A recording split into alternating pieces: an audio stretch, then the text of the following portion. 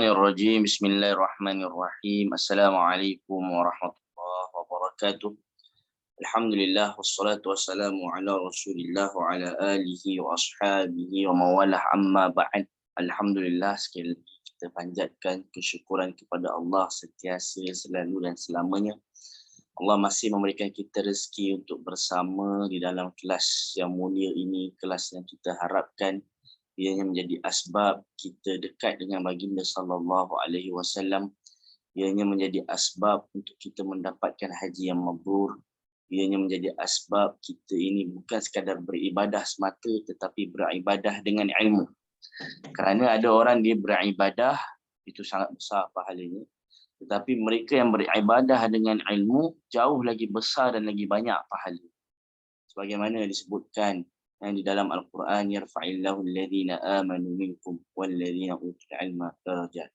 Allah Subhanahu wa taala mengangkat derajat orang yang beriman, tetapi Allah mengangkat derajat orang yang berilmu darajat, dengan derajat yang lebih tinggi.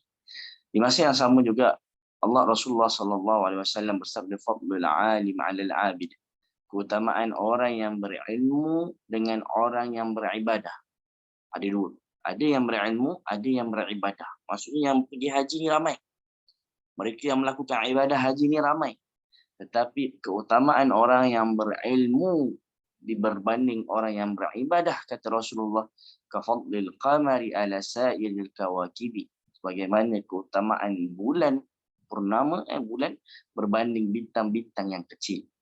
Maksudnya bulan dengan bintang-bintang yang mana lagi banyak cahaya. Dalam hadis yang lain, kafadli ala adna, keutamaan orang yang berilmu dengan orang yang beribadah sebagaimana aku, kata Rasulullah, keutamaan aku, kedudukan aku berbanding sahabat yang paling rendah derajat. Arti katanya mereka yang beribadah dengan ilmu pahalanya akan jauh lebih banyak daripada hanya sekadar beribadah sahaja. So saya ucapkan tahniah kepada kita semuanya. Kita harap ia menjadi satu pintu dalam kelas ini, kelas terakhir kita insya-Allah. Tak lama insya-Allah. Pada hari ini insya-Allah kita harapkan tak lama. Kita harapkan sebelum pukul 3.30 atau sebelum pukul 10.30 di Arab Saudi kita pun dah selesai. Alhamdulillah. Berkenaan dengan 3 jenis bentuk haji, saya rasa saya dah ulang berkali-kali dan insya-Allah saya harap semuanya faham. Cuma ada satu soalan. Ada tanya, Ustaz, saya ni buat umrah. Lepas tu saya balik lagi ke negeri saya, ke tempat saya bekerja. Ada satu soalan tu daripada, seingat saya daripada dia di Dammam. Di Dammam ni maksudnya dekat kawasan tempat minyak. Dekat Saudi ni ada satu kawasan namanya Dammam. Ustaz, saya buat umrah di bulan Syawal.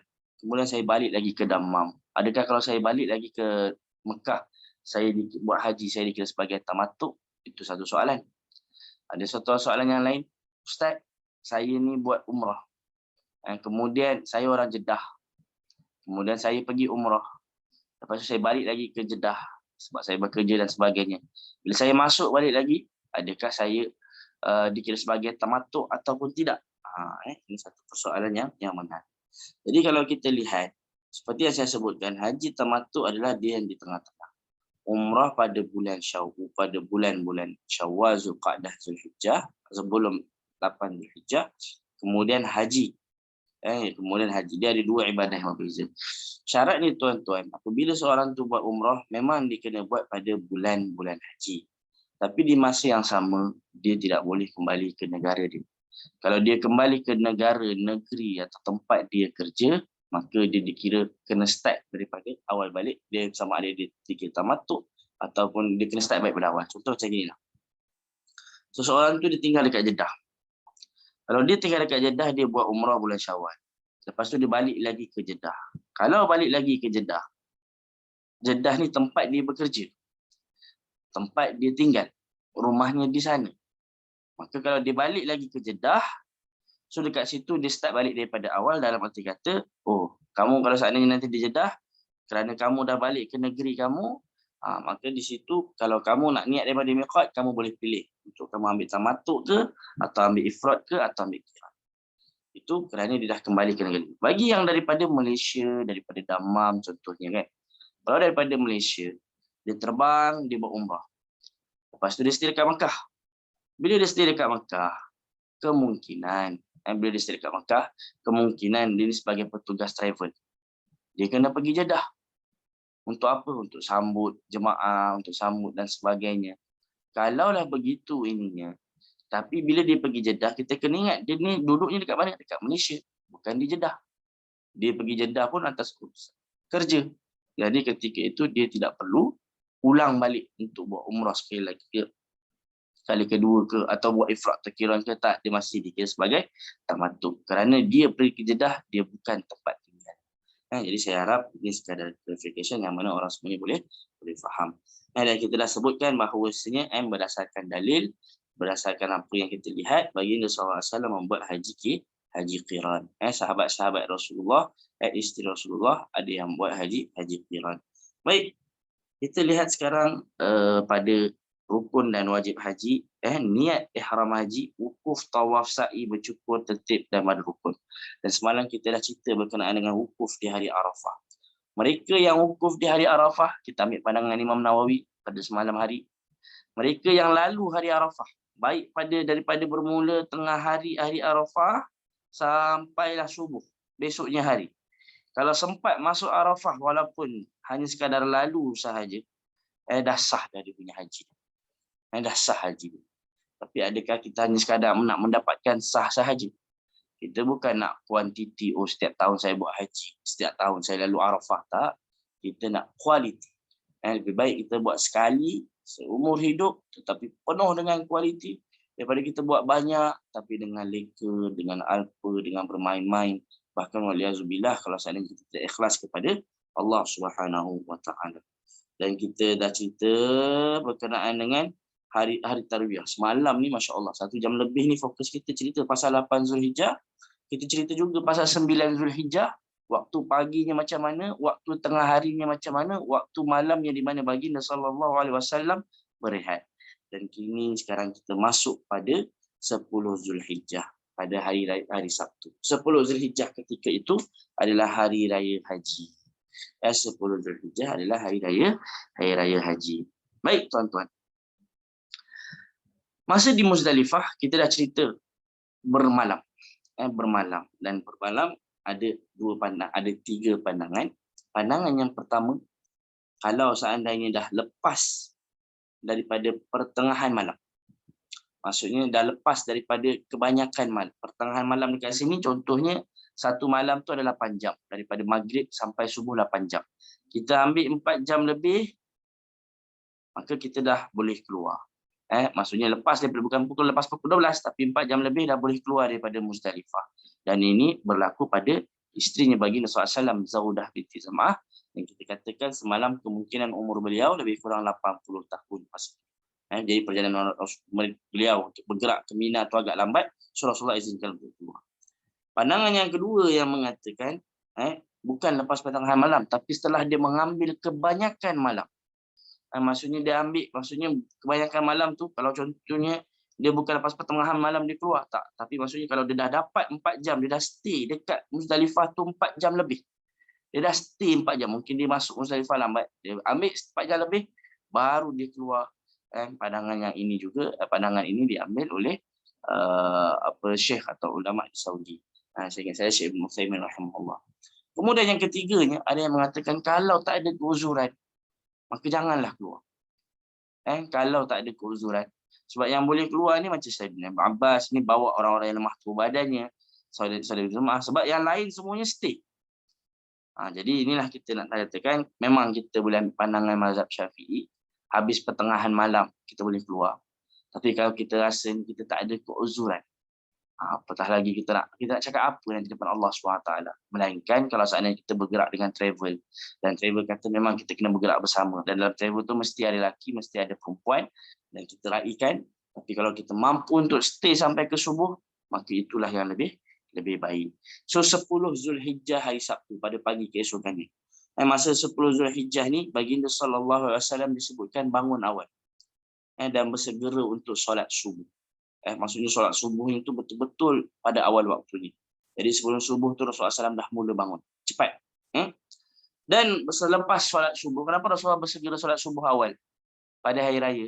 Sebab dekat situ ada antara waktu mustajab doa, di mana ketika fajar terbit, maksudnya lepas subuh, Rasulullah SAW solat subuh di awal waktu dan baginda menghadap kiblat berdoa sampailah langit berwarna kekuningan dikala matahari masih belum terbit. Maksudnya cahaya langit itu dah terang tapi matahari belum terbit lagi.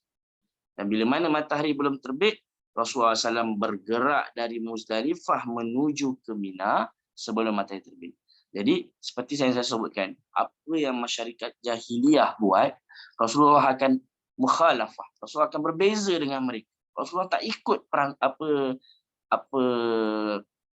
perangai atau kita katakan keyakinan mereka. Keyakinan mereka kalau gerak daripada Muzdalifah kena tunggu matahari terbit. Tapi Rasulullah kata tak, kita keluar sebelum matahari terbit biar kita tak sama dengan masyarakat jahiliyah. Rasulullah SAW datang dengan berbeza dengan masyarakat jahiliyah. Dan masa di Muzdalifah juga, ini kita nak cerita jugalah, yang ini sebenarnya bukan pada poin nombor 2 tapi sebelumnya sepatutnya. Rasulullah SAW meminta saudaranya, sepupunya Abdullah bin Abbas. Abbas ni pakcik Rasulullah SAW. Pakcik Rasulullah SAW ni ada 10 pakcik. 10 pakcik. 6 pakcik meninggal sebelum baginda SAW menjadi Nabi. Ada 4 pakcik sahaja yang mana ketika Rasulullah menjadi Rasul, dilantik menjadi Rasul, ada 4 pakcik sahaja yang masih hidup. Ini yang saya cerita pada saya ni Syekh Hamid Akram Al-Bukhari. Beliau cerita, 2 beriman, 2 tak beriman. Yang beriman adalah Sayyidina Abbas. Ini Abbas ni masuk Islam. Yang kedua adalah Abbas, yang kedua adalah Hamzah, Sayyidina Hamzah bin Al-Muttalib. 2 yang tak beriman, Abu Talib, dan satu lagi adalah Abu Lahab. Yang 2 yang tak beriman. Jadi Abbas, pakcik Rasulullah, ada anak namanya Abdullah. Abdullah bin Abbas, sepupu Rasulullah lah. Rasulullah kata, wahai Abdullah bin Abbas, cari 7 batu sebesar hujung jari. Kita ni ada jari ni, satu jari ni ada 3 ruas. Cari yang sebesar satu ruas ni. Atau kita katakan seperti kacang cerdik lah besar dia tu. Tak besar sangat, tak rendah, tak kecil sangat. Dan Rasulullah berkata, bila Rasulullah dah ambil tu, Rasulullah kata, bi'amthali ha'ula, bi'amthali ha'ula. Ambillah sebesar ini. Ambillah bi'amthal, semisal ini. Wa iyyakum wal ghulu fid din. Jangan berlebih melampaui batas dalam agama. Fa innama ahlaka man kana qablakum. Kerana sesungguhnya orang yang sebelum kalian itu binasa, umat-umat yang dahulu binasa kerana mereka melampaui batas dalam agama. Lihat, melampaui batas dalam agama pun sesuatu yang tidak digalakkan. Kita pernah dengar ada hadis, ada 3 orang ni kata, ini Nabi. Nabi dah confirm masuk syurga. Tak apalah. Kami yang seorang kata, aku nak berpuasa, tak nak berbuka. Yang kedua, aku nak solat malam, tak nak tidur. Yang ketiga, aku nak solat malam, tak nak tidur. Yang ketiga, aku nak berkahwin. Aku nak menjadi bujang, tak nak berkahwin. Sebab aku nak fokus beribadah pada Allah. Maksudnya, mereka kata kalau Nabi ni dah confirm masuk syurga, kita ni tak confirm lagi. So, kita kena buat sesuatu yang mana Nabi tak buat untuk buat lagi hebat lagi. Tapi ingat, kata Rasulullah, jangan ghulu. Maka Rasulullah kata, jangan begitu. Kerana sesungguhnya aku ni berkahwin. Aku juga berpuasa dan aku makan. Aku juga solat malam dan aku juga tidur. Rasulullah nak memberikan, jadilah kita ni wasata. Berada di tengah-tengah. Jangan melampaui dalam agama. Ada orang dalam melontar ni, dia ambil batu sebesar-besar ni. Ada yang lempar selipar. Ada yang ambil batu dan lempar habis kat depan tu berdarah, terkena batu dia. So tidak, nanti kita akan ajar cara melontar yang baik. Yang mana sebab apa sebenarnya difardukan melontar ini, insya-Allah nanti kita akan cerita nanti. Baik. Jadi ini kita katakan jangan melampaui batas dalam agama. Saya teringat dulu saya pernah ada dengar satu orang lah dia kata, itu Nabi, itu sahabat, mereka dah masuk syurga. Kita ni siapa? Kita tak boleh buat amalan macam diorang. Kita kena buat something yang lebih hebat daripada diorang. Something yang diorang tak buat. Sebab diorang dah confirm masuk syurga dengan amalan diorang. Kalau kita buat amalan macam diorang, belum tentu kita masuk syurga. Sebab diorang ni dah mulia, kita kena lebih lagi. Kan? Contohnya diorang kata, saya nak tawaf 10 kali, 7 kali tak cukup. Saya rasa saya kena 10 kali. Contohnya. Saya kena tidur dekat atas batu. Tak boleh tidur dekat atas tilam. Contoh kan, melampaui batas dalam agama Padahal Islam ni datang dalam keadaan kita katakan rahman lil alamin. Baik. Seterusnya apabila daripada Muzdalifah ke Mina ni dia ada satu kawasan namanya Wadi Muhassir. Wadi Muhassir. Yusuf dalam salah satu riwayat menyebutkan bila Rasulullah lalu kawasan situ, Rasulullah mempercepatkan tunggangannya. Ada dua pandangan. Pertama kata mereka, kenapa Rasulullah percepatkan tunggangan? Yang pertama kerana kat situ kawasan di mana pasirnya agak lembut. So Rasulullah mempercepatkan tunggangannya. Tapi pandangan lain yang mengatakan, riwayat yang lain mengatakan, dan itu yang dibawa dalam kitab ni, kat sini tempat di mana Abrahah. Abrahah ni di mana Abrahah yang dia bawa Allahu Akbar. Ya. Ada dengar bunyi kipas tak? Tok tok tok tok tok. Minta maaf sorry. Saya dengar bunyi kipas ni memang. Tak ada okey. Jadi Abrahah ni dia nak hancurkan Kaabah dan kita tahu dia bawa gajah, dan bila bawa gajah tu dia niat nak hancurkan Kaabah. Saya kalau dalam kursus haji yang kalau saya bawa jemaah haji, biasa Abrahah ni dari cerita lain lagi lah, tapi kita cepatkan saja. Yang mana dekat situlah tempat di mana Abrahah diazab. Kisah apa alam tara kaifa fa'ala rabbuka bi ashabil fil, mereka yang bawa gajah ini. Gajah ni dia bukan dekat tanah Arab, dia sebenarnya daripada Afrika, daripada Habsyah. So Abrahah ni dia datang daripada Habsyah, dia datang ke Yaman, panjang cerita dia. Pendeknya kat situlah tempat dia azab, dan tempat yang diazab ni kita tak digalakkan untuk masuk, melainkan dalam keadaan menangis. Sebagaimana dalam sebuah hadis, bila sahabat Rasulullah SAW pergi ke lalu kawasan Hijr Ismail pula, kawasan Madain Saleh. Bila Rasulullah SAW lalu kawasan Madain Saleh, masa tu Rasulullah SAW, sahabat-sahabat masak. Sahabat-sahabat masak sup dan sebagainya lah. Lalu Rasulullah perintahkan untuk supnya itu ditumpahkan, dibuang. Kemudian makanannya diberikan kepada haiwan. Rasulullah kata jangan masuk tempat ini. Fala tadkhulu illa wa antum bakun. Jangan masuk melainkan kamu dalam keadaan menangis. Khasyatan ayusiba mithla ma asabakum.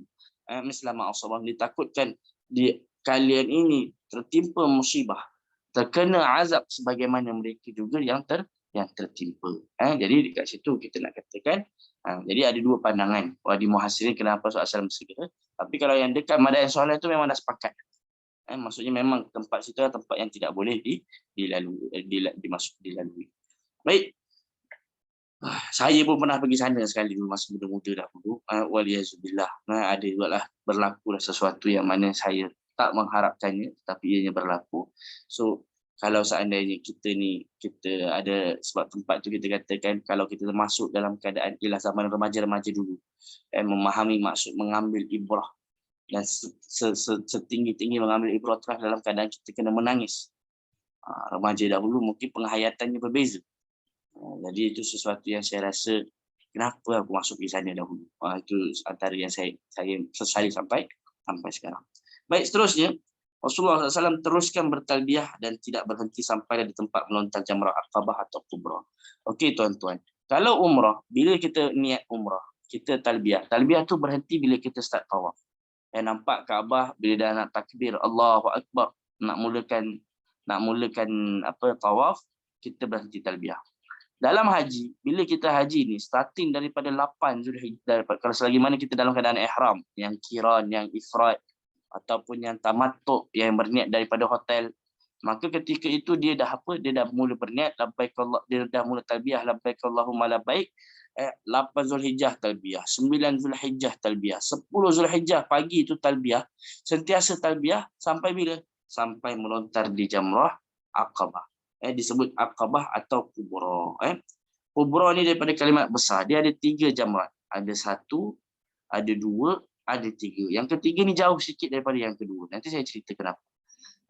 Yang kubra ni, yang kecil ni namanya sughra. Sughra maksudnya kecil. Walaupun dekat situ sama je saiz dia. Sama je saiz dia. Cuma disebut sebagai sughra, kemudian disebut sebagai wusta yang di tengah-tengah, kemudian disebut sebagai kubra. Kubra ni maksudnya besar. Atau disebut sebagai Aqabah. Aqabah tu daripada kalimat aqib. Maksudnya selepas daripada jamrah tu Aqabah. Maksudnya selepas itu adalah Mekah Mukarramah. Itu antara orang sebut kenapa dinamakan Aqabah. Saya lupa namakan lebih tepatnya kenapa, tapi maksudnya aqib, maksudnya itu yang terakhir, yang last. Yang terakhir, last. Jadi bila melontar tu, apa yang Rasulullah SAW buat? Rasulullah SAW melontar, baginda sallallahu alaihi wasallam melontar di sebelah kiri Jamrah Aqabah. Jadi kalau ini contohnya, kita katakan kat sini Mekah. Sini Mekah atau kita kata Kaabah. Minta maaflah semua kat Mekah. Okey, kat sini Kaabah umpama ni. Di sini Jamrah dan di sini kemah-kemah Mina. Jamrah. Rasulullah SAW melontarnya di sini. Menghadap ke arah sini. Kiri Rasulullah Kaabah, kanan Rasulullah ni Mina. Habis tu Ustaz, tak sah ke kalau saya melontar arah sini atau arah sini? Sah. Cuma saya nak cerita Rasulullah SAW melontar arah sini. Yang mana kiri baginda SAW menghadap Kaabah, kanan tubuh badan Rasulullah, maksudnya kiri kita ni, kiri, sebelah kanan tu menghadap ini. Kenapa? Kerana kata bila saya dulu menerima kasyih, bahagian belah sini dulu ni bukit. Jadi bila bukit, tak dapatlah nak melontar sini zaman sekarang ni, bukit tu dah hancur lah. Sebab itulah Rasulullah SAW melontar daripada arah sini. Sehingga orang semua, kan ramai-ramai orang datang, semuanya tidak berdesak-desakan. Tips dalam melontar ni yang penting adalah pastikan ianya masuk ke dalam telaga. Ini dia punya ini dia. Okey, kita kena pastikan ia masuk dalam. Kena pastikan masuk dalam ni. Dan kat sini ni dia punya batu-batu dia ni semua dia dah mengarah ke bawah. Maknanya kalau kita melontar, dia tak akan, jarang dia akan pantun balik, tapi dia akan melontar, lepas tu dia akan jatuh ke bawah. Sebab dia dah arahkan batu-batu dia tu untuk jatuh ke bawah. Dan dalam melontar, ketika mana nak melontar ni, baginda SAW bertakbir. Allahu Akbar. Melontar tu dalam keadaan tangan tak perlu nak macam kita nak elastik orang. Macam tak. Ia hanyalah sebuah perumpamaan. Nanti insyaAllah kita akan cerita pada 11, 12, 13 ni. Cuma kita takbir Allahu Akbar. Allahu Akbar.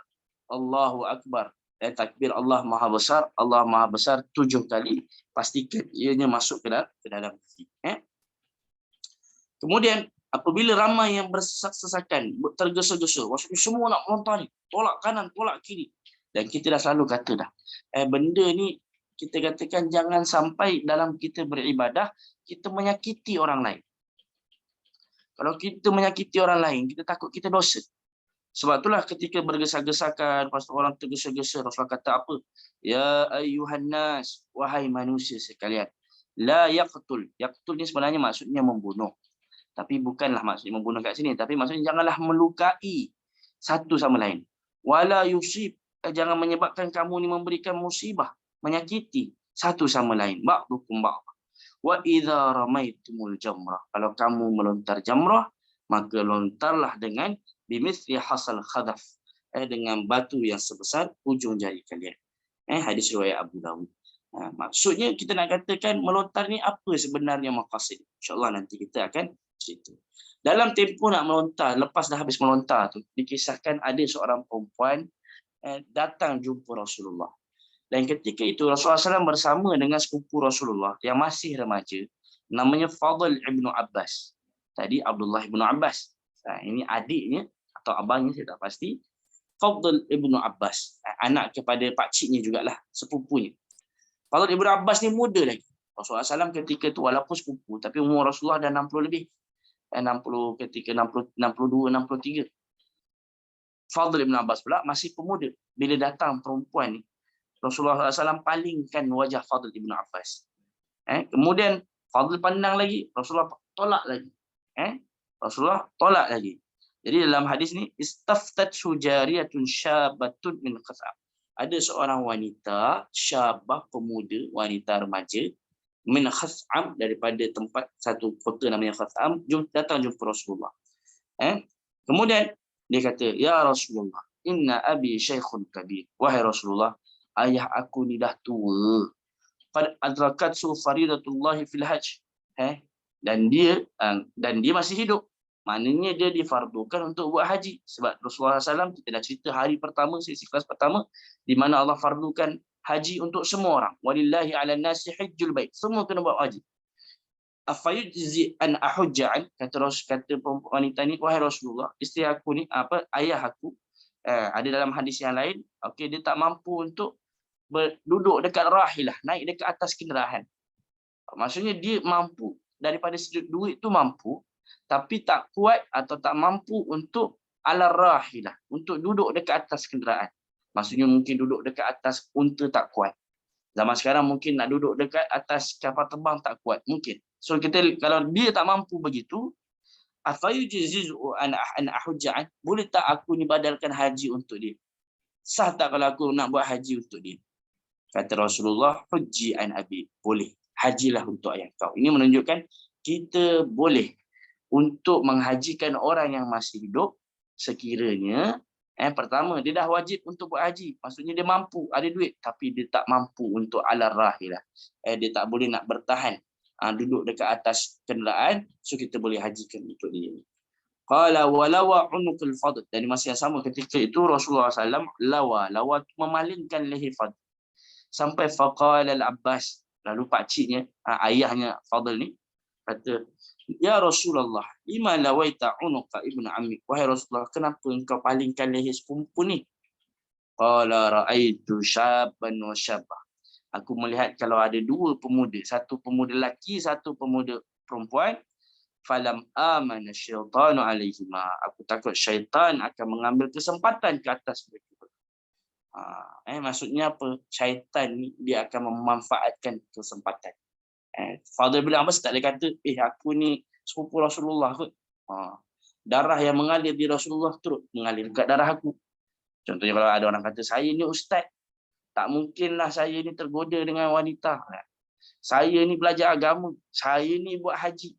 Fadl bin Abbas tak boleh kata, aku ni sepupu Rasulullah, sepupu tuan-tuan. Kadang-kadang orang kata, aku ni keturunan Rasulullah Habib. Ambo mampu duduk dengan wanita, nafsu kuat. Kata Rasulullah, ra'aitu syabba wa syabah. Kalau ada dua pemuda, falam amana syaitanu alaihima. Aku tak aman, aku tak rasa tenang, aku takut syaitan boleh mengambil kesempatan mereka. Al-Quran menyebutkan apa? Kullil mu'minina yaghuddu min absarihim wa yahfazu furujahum. Jaga pandangan, jaga kemaluan. Kenapa Allah dahulukan jaga pandangan? Sebab daripada pandanganlah boleh jatuh ke hati, hati boleh menyebabkan bahawa kepada kita katakan dosa terhadap kemaluan. Jadi jaga pandangan, terutama ketika mana kita dalam keadaan ihram. Jadi hati-hati tuan-tuan dalam keadaan ihram ni. Kalau boleh masuk ihram ni, kita jangan sampai buat dosa. Antara syarat untuk dapat haji mabrur, saya tak tulis dekat sini. Sepatutnya mungkin nanti saya akan tulis. Syarat nak dapat haji mabrur ni, dia ada disebutkan dalam Al-Quran. Kata Rasulullah SAW, man hajja walam yarfuth walam yafsuq. Ini hadis. Barang siapa buat haji, walam yarfuth, dia tidak mengucapkan kata-kata kotor, kata-kata lucah, walam yafsuq, dan dia tidak berbuat maksiat, kefasikan. Kefasikan tu maksudnya keluar daripada jalan agama. Raja'a ka yaumin waladathu ummuh. Maka dia akan kembali sebagaimana lahir, sebagaimana bayi yang baru lahir. Jadi man hajja, barang siapa yang melakukan haji, kemudian tidak mengucapkan kata kotor, kemudian tidak melakukan kefasikan, raja'a ka yaumin waladat, dia akan kembali daripada haji tersebut sebagaimana bayi yang baru dilahirkan oleh ibunya. Maksudnya kosong pahala. Al-Quran menyebutkan, faman farada fihinnal hajj, siapa yang melakukan haji, fala rafath, fala rafath wala fusuq wala jidala, ditambah 3. Dia ada tambah satu lagi. Kenapa dia jadi macam ini? Okey. Tengok yang atas 197. Faman farada fihinnal hajj, barang siapa yang melakukan haji, maka jangan ucap kata-kata kotor, kata-kata fusuk. Contohnya waliyazubillah, fusuk ni dia buat maksiat, dia kata BDH, waliyazubillah, kalau boleh jangan merokok tuan-tuan. Ustaz, saya ni tak tahan merokok. Sabar dulu, sabar. Tak lama pun, 5 hari je, 8, 9, 10, 11, 12, 13, kalau 6 hari lah paling banyak. Sabar. Ustaz, rokok tu bukan halal tuan-tuan. Tak ada ulama kata rokok tu harus. Tak ada ulama kata rokok tu sunnah. Tak ada ulama kata rokok tu wajib. Rokok ni kurang-kurang ulama kata makruh. Makruh tu maksudnya Allah SWT benci. Karih, benci. Makruh, Allah benci. Kita tak suka isteri benci kita. Kita tak suka bos benci kita. Kita tak suka kalau dapat KPI tu, KPI tahunan, bos tak suka awak.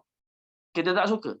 Macam mana kita buat perkara yang mana Allah benci di tempat yang mana Allah cintai, Arafah, Mina, Muzdalifah, di Makkah Al-Mukarramah. Hati-hati.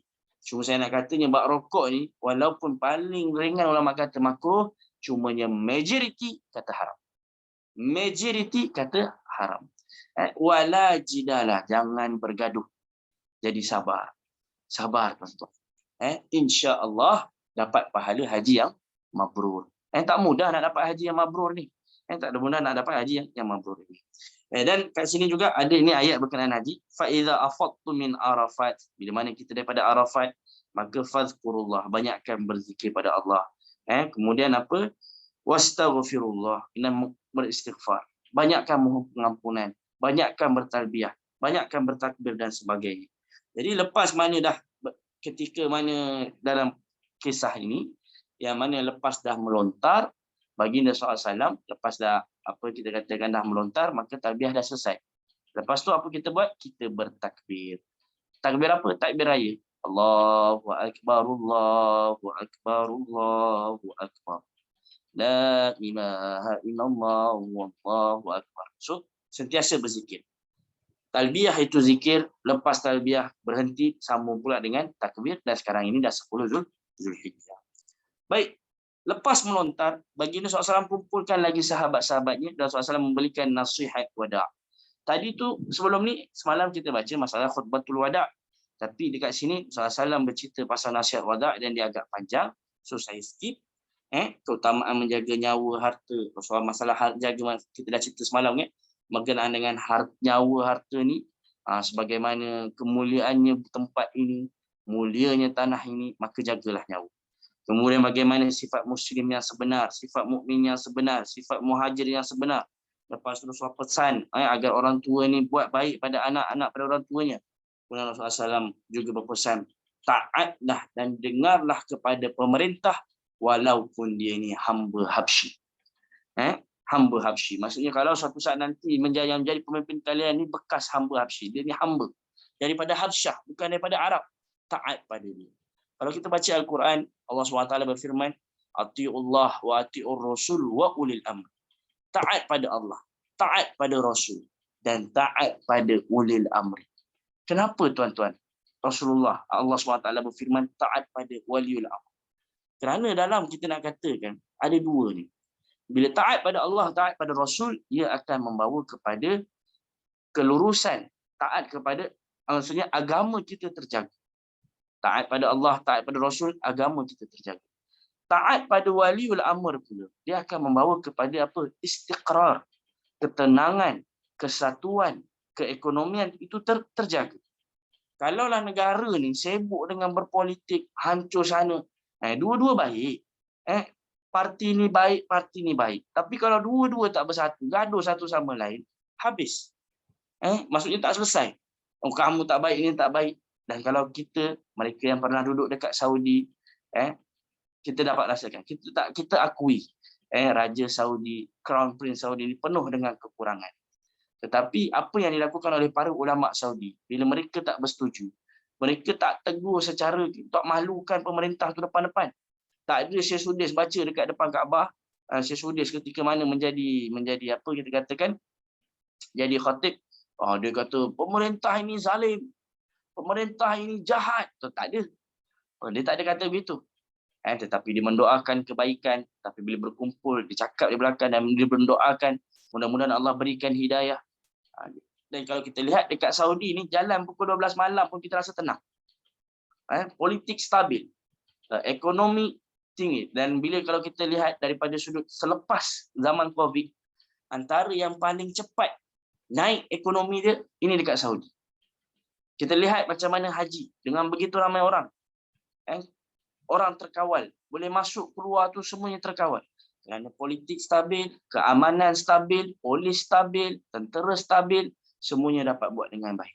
Jadi ini antara pesan Rasulullah, dengar dan taat kepada pemerintah walaupun apa yang konsep itulah hamba Habsyi. Sekarang ni alhamdulillah di Malaysia ni semua dah yang dulu semua parti dah merasa menjadi pemerintah. Daripada zaman UMNO-nya, daripada zaman PN-nya, Perikatan Nasional, Pakatan Harapan pun dah jadi. Dan kita melihat daripada sudut perbezaan tu, kalaulah mereka sebenarnya semua ni bersatu, saya yakin akan jauh lebih baik. Jadi ini kita katakan kita saling bantu-membantu. Kita saling taat kepada pemerintah, insya-Allah politik akan stabil, negara pun lebih mudah untuk maju, masyarakat pelabur pun merasa lebih tenang. Pelabur pun kalau kita nak melabur ni, kita tengok company ni, ini company pun bergaduh kat dalaman, macam mana aku nak melabur? Dan dah terbukti dah, pelaburan dekat negara-negara luar lagi besar daripada dekat negara kita. Sebab politik kita tak stabil, takut berubah-ubah. Nanti ganti menteri, lain lagi dia punya direction. Inilah cakap kita ni bukan nak cerita pasal politik apa, cuma kita nak kenakan kenapa Rasulullah kata masalah dengar dan taat kepada pemerintah walaupun ianya hamba daripada hamba Habsyi. Ada sebenarnya hikmah bagaimana umat Islam ini diajak untuk bersatu. Kemudian Rasulullah SAW juga memperingatkan tentang Dajjal. Nanti kat sini ni, nanti insya-Allah teks ini saya akan sharekan lah ini semuanya dekat dalam grup, kita boleh baca. Cuma Rasulullah kata apa, wahai manusia sekalian, sesungguhnya aku tidak tahu, Rasulullah tekan sekali lagi, apakah aku boleh bertemu dengan kalian lagi setelah hari ini? Maka yang hadir sampaikanlah kepada yang tidak hadir. Fal yuballigh syahid al-ghaib, yang datang sampaikan kepada yang tak datang. Sehingga mereka mengambil maklum tentang nasihat ini. Kemudian baginda melihat ke langit lalu berkata, Allahumma syahid, ya Allah saksikanlah bahawasanya aku telah sampaikan risalahmu. Aku telah sampaikan risalahmu. Aku telah sampaikan risalahmu. Tuan-tuan, hari raya pada 10 Zulhijjah Rasulullah buat 4 perkara. Tersusun daripada kalimat huruf ra, nun, ha, ta. Ra, nun, ha, ta. Iaitu apa? Ramyu. Ra itu huruf ramyu. Ramyu itu apa? Melontar. Ramyu, melontar. M, kita katakanlah. Nun tu sembelih. Nahar. Nahar. Fasalli li rabbika wanhar. Kalau nahar unta, kalau unta sembelih, nama dia nahar. Kalau lembu, kambing sembelih, namanya zabah. Zabihah. Kenapa unta ni dia nahar? Sebab dia punya sembelih dia bukan dekat leher tengah-tengah. Dia dekat bawah ni. Unta ni lehernya panjang. Ada pisau, cucuk bawah dia, tarik. Itu insya-Allah nanti video tu mudah-mudahan saya ingat untuk saya share dalam grup. Kalau lupa tolong ingatkan. Jadi yang kedua Rasulullah SAW nahar. Yang ketiga Rasulullah hak tu halaq. Halaq tu maksudnya cukur. Kemudian yang ketiga adalah tawaf. Yang keempat adalah tawaf. Jadi Rasulullah melontar, Rasulullah sembelih, Rasulullah cukur, kemudian barulah Rasulullah tawaf. Untuk nahar, untuk sembelih, ini kita dah wakilkan pada orang. Dan kita tidak tahu bila dia sembelih. Kalau kita tahu, semalam saya ada share dalam grup dalam grup itu, ada orang tanya, Ustaz, saya ni kena pastikan ke saya punya, kalau saya ni nak berkorban, saya kena pastikan korban saya ni dah disembelih ke atau belum?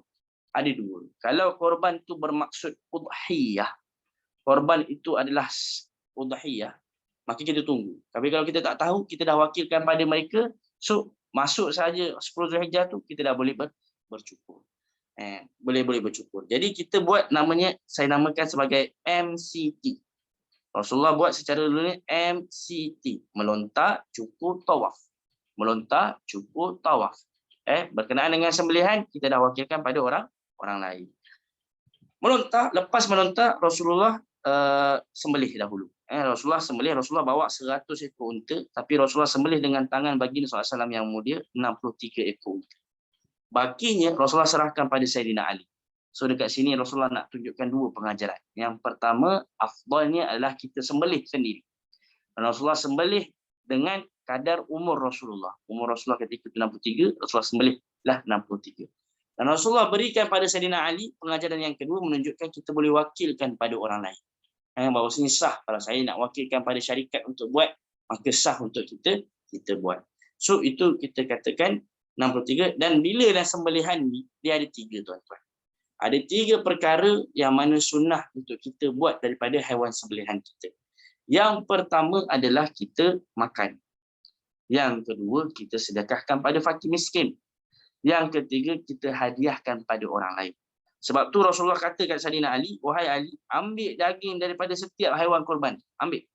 1, 2, 3, 4. Ambil ini 100 ni kumpulkan. Rasulullah SAW makan, masak, buat sup dan Rasulullah SAW minum daripada dan makan daripada setiap daging yang dimasak. Yang lain Rasulullah SAW sedekahkan. Al-Quran menyebutkan fakulu minha. Makanlah daripadanya. Wa at'imu, dan bagilah kepada al-ba'is al-faqir, kepada orang yang memerlukan, orang yang fakir. Jadi 3, kita punya binatang korban kita buat 3 perkara. Jadi pada sebenarnya sunnahnya kalau kita berkorban, ini yang dekat Malaysia ke, yang tak buat haji ke, pertama sunnah untuk kita makan daging. Yang kedua sunnah untuk kita sembelih sendiri. Kalau tak, kita tengok bagaimana dia disembelih. Yang ketiga tu kalau tak, kita wakilkan pada orang lain pun tak mengapa. Kemudian lepas Rasulullah dah melontar, Rasulullah dah sembelih, baginda SAW pergi ke kawasan Masjid Khif. Yang pergi haji kalau ada rezeki, pergilah ke Masjid Khif. Di mana Masjid Khif ini ada 70 Nabi selain Rasulullah yang pernah solat di sana. Jadi Rasulullah solat dan Rasulullah pergi ke sana. Dan bila Rasulullah pergi dekat kawasan Rasulullah, maksudnya berkemah dekat sana. Bila Rasulullah nak berkemah dekat sana, ada sahabat nak bagi Rasulullah satu, orang kata, kemah yang khusus. Macam nak buat rumah. Sahabat tanya, "Qulna ya Rasulullah, ala nabni laka baitan yazilluka Mina." Wahai Rasulullah, boleh tak kami sediakan satu rumah khas untuk kau dekat Mina? Sebab apa? Sebab Rasulullah seorang Rasul. Seorang yang perlu diutamakan. Boleh tak kami buat bait, rumah untuk kau? Kata Rasulullah, jangan. La Mina munakhun man sabaq. Mina ini boleh didiami oleh sesiapa pun yang mana sampai dahulu di sana. Seakan-akan Rasulullah tak nak. Mina ni bukan milik orang tertentu. Mina ni milik semua orang. Siapa sampai dulu, bolehlah tinggal dekat situ. Maksudnya siapa yang sampai bermabit dekat Mina, dekat situlah tempatnya. Jadi Mina ni bukan milik khas sesiapa. Tapi Ustaz, sekarang dekat Saudi, saya tengok semua dah ada kemah-kemah belaka dah. Ini tak sama dengan apa yang Rasulullah kata ni. Rasulullah kata siapa sampai dulu, dialah yang ni. Tapi lah ni Ustaz, yang bayar lagi mahal dapat dekat-dekat. Yang mahal lagi, yang bayar lagi jauh, contohnya yang muasasah. Kalau muasasah ni dekat kawasan Muaisim. Muasasah tabung haji, dia ni berada di belakang bukit. Jadi bukit, jalan lebih kurang 3 km, tembus bukit. Kalau tak lalu bukit tu lagi jauh lah. Sebab dia masuk terowong ni. Jadi sebab tu dalam terowong tu kita kena hati-hati juga. Kalau jadi memang ada kipas. Jadi pernafasan tu kadang-kadang kalau orang yang mungkin dia ada fobia dekat dalam ni, dia akan, sebab dia dalam tu, bukitnya tu jauh, besar. Dia lalu bukit, lepas tu terbuka lagi, lepas tu masuk bukit lagi. Kiranya ada 2 bukit antara perkemahan tabung haji Muaisim ni. Lalu bukit, kemudian ada terbuka lagi, terbuka lagi ruang, lepas masuk lagi dalam bukit untuk sampai tempat melontar. Ulang alik tu lebih kurang dalam 8 km jugalah jalan. Jauh jugalah. Saya masa muda-muda tu alhamdulillah kuat lagi. Yang mungkin yang dah berusia ke apa, harap ingatlah. Al-ajru ala qadri masyaqqah. Pahala berdasarkan kesusahan yang dihadapi. Walaupun jauh, insya-Allah kerana niatnya ikhlas, pahalanya jauh lagi besar daripada yang mungkin dekat depan, yang mungkin saya dekat sahaja. Tak samalah, mana yang sama orang melangkah 8 km dengan orang yang berjalan sekejap saja kan. Cumanya adanya kemah-kemah ni sebenarnya untuk apa? Untuk memudahkan para hujaj. Sebab mungkin kalau tak ada kemah-kemah ni orang bergaduh. Semua masuk sini semuanya. Jadi kita tahu memang ini dalil yang mana setiap orang ni dia ada hak, tetapi dibuatnya kemah-kemah sebegini ni untuk memudahkan semua orang, semua tahu ada kemah masing-masing, semua tidak mengambil hak orang lain, barang-barang pun terjaga. So daripada sudut maslahah itu lagi besar sebenarnya. Baik. Lepas melontar, Rasulullah SAW sembelih ni kita dah wakilkan pada orang lain dan yang realiti kita. So lepas Rasulullah cukur. Baginda SAW minta seorang sahabat namanya Ma'mar untuk dicukur rambutnya Rasulullah SAW. So bila Rasulullah cukur, yang sebelah bahagian rambut-rambutnya, baginda SAW bagikan kepada sahabat-sahabat. Sehingga ada sahabat yang dapat 1 helai rambut Rasulullah. Ada yang sahabat dapat 2 helai rambut. So ada banyak. Yang sebelah separuh. Ingat saya sebelah kiri atau sebelah kanan. Saya lupa. Kena baca bukunya balik. Tapi separuhnya lagi, Rasulullah pesan dekat Ma'mar, mana Abu Talha. Dia bukan Abu Talha, tapi Abu Talha. Abu Talha siapa tuan-tuan? Abu Talha Al-Ansari radhiyallahu anhu. Yang kalau dalam kelas haji pun saya akan cerita pasal Abu Talha. InsyaAllah nanti cerita pasal Abu Talha, cerita pasal Usama bin Zaid, cerita pasal sahabat-sahabat ni semua, kita akan ada dekat YouTube tu, bukan saya lah yang ajar. Tapi kita akan share, so sehingga tuan-tuan boleh tahu kenapa Rasulullah bagi separuh rambut Rasulullah ni kepada Sayyidina Abu Talha Al-Ansari radhiyallahu anhu. Yang pertamanya, Abu Talha Al-Ansari ni ada anak tiri daripada isterinya, iaitu namanya Anas bin Malik. Anas bin Malik ni orang yang berkhidmat pada Rasulullah SAW. Kemudian Abu Talha Al-Ansari ini orang yang masuk Islam, maharnya itu adalah Islam. Jadi Ummu Sulaim, bila mana dia ni nak dinikahi oleh Abu Talha, Ummu Sulaim ni kata, wahai Abu Talha, aku tak nak harta engkau. Inna rajulan mithlaka la yura. Orang handsome, kacak, kaya, gagah, perkasa. Sebab Abu Talha ni dia memang pandai memanah. Orang macam kau aku tak boleh tolak. Lalu kata Ummu Sulaim, tapi sebab engkau ni belum beriman pada Allah, aku tak boleh nak terima kau. Abu Talha kata, saya ni ada kekayaan. Kau nak emas, kau nak perak, aku boleh bagi. Kata Ummu Sulaim, aku tak perlu tu semua. Cukup dengan engkau masuk Islam, itulah maharan. Lalu Abu Talha pun berfikir. Lepas Ummu Sulaim kata, wahai Abu Talha, kenapa kau nak menyembah kayu, yang mana kayu itulah kau buat untuk kayu bakar kau, untuk kau masak, dan kayu itulah kau sembah. Jadi dikatakan dengan logika semuanya, ceritanya agak panjang. Pendek ceritanya, kata sahabat, kami tidak mengetahui mahar yang lebih berharga di kalangan para sahabat selain daripada mahar Ummu Sulaim. Lihat, dia tak nak harta, dia nak Islamnya Sayyidina Abu Talha. Abu Talha Ansari lah yang mempertahankan Rasulullah ketika dalam perang Uhud. Rasulullah SAW berada di belakang Abu Talha. Abu Talha memanah, mempertahankan Rasulullah di saat ramai orang ketika itu dalam proses kucak-kacir, kerana orang Islam ramai yang terbunuh ketika mereka turun daripada Bukit Pemanah. Jadi keluarga ni semuanya ni berkhidmat pada baginda sallallahu alaihi wasallam, dan itu antara kemuliaan yang mana separuh daripada rambut ini diberikan kepada Abu Talha. Kenapa diberikan? Kerana rambut ini tuan-tuan, rambut baginda, segala apa yang datang daripada baginda sallallahu alaihi wasallam itu adalah berkah.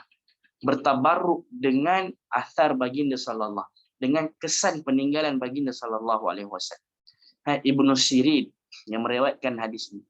Ibnu Sirin kata, bila dicerita pasal hadis ini, dia kata, kalau aku ada satu helai rambut Rasulullah, itu jauh lebih kuinginkan daripada seluruh kekayaan yang ada di dunia.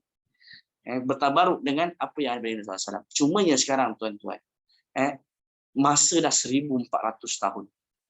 Ramai yang menunjukkan, oh ini rambut Rasulullah. Tapi kita pun tak pasti. Kalau sekadar sanad, dia pun boleh buat sanad saja. Contohlah saya buat sanad, gitu kan. Mungkin generasi saya orang tak percaya, tapi generasi seterusnya wallahu alam.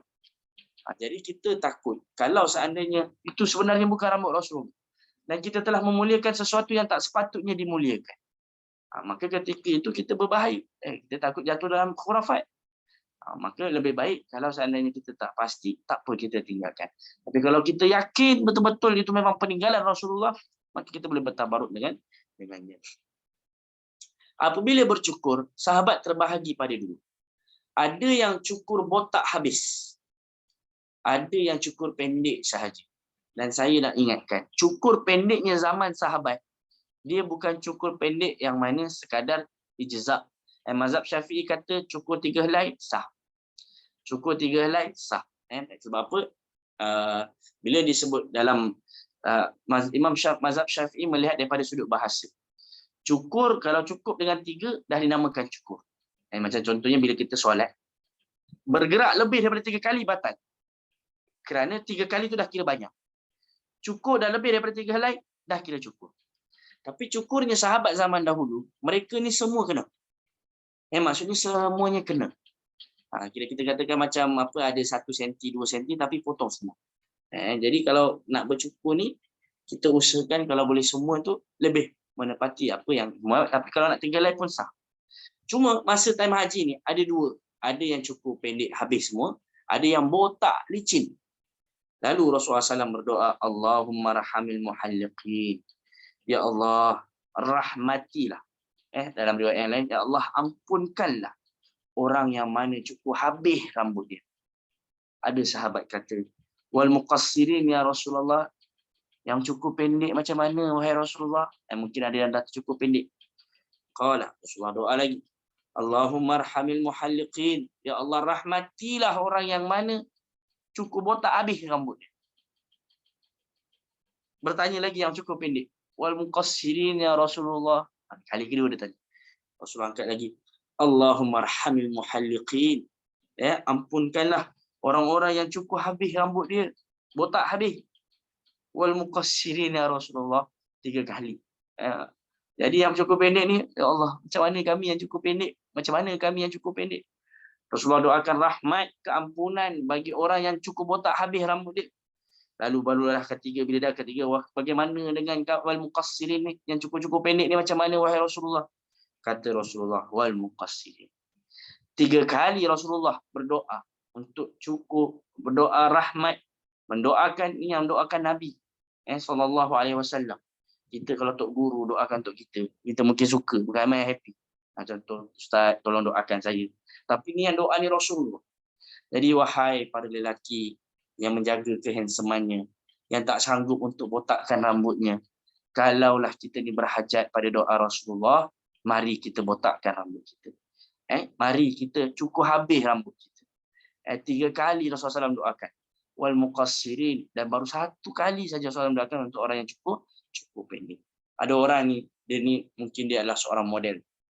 Dia kata aku tak boleh ni potong rambut aku ni sebab I ada job nanti balik ke Malaysia. Contoh. Kenapa perlu dahulukan rahmat dunia, ketenangan dunia kerana kita nak tinggalkan akhirat? Kita tak tahu bila lagi nak buat haji ni.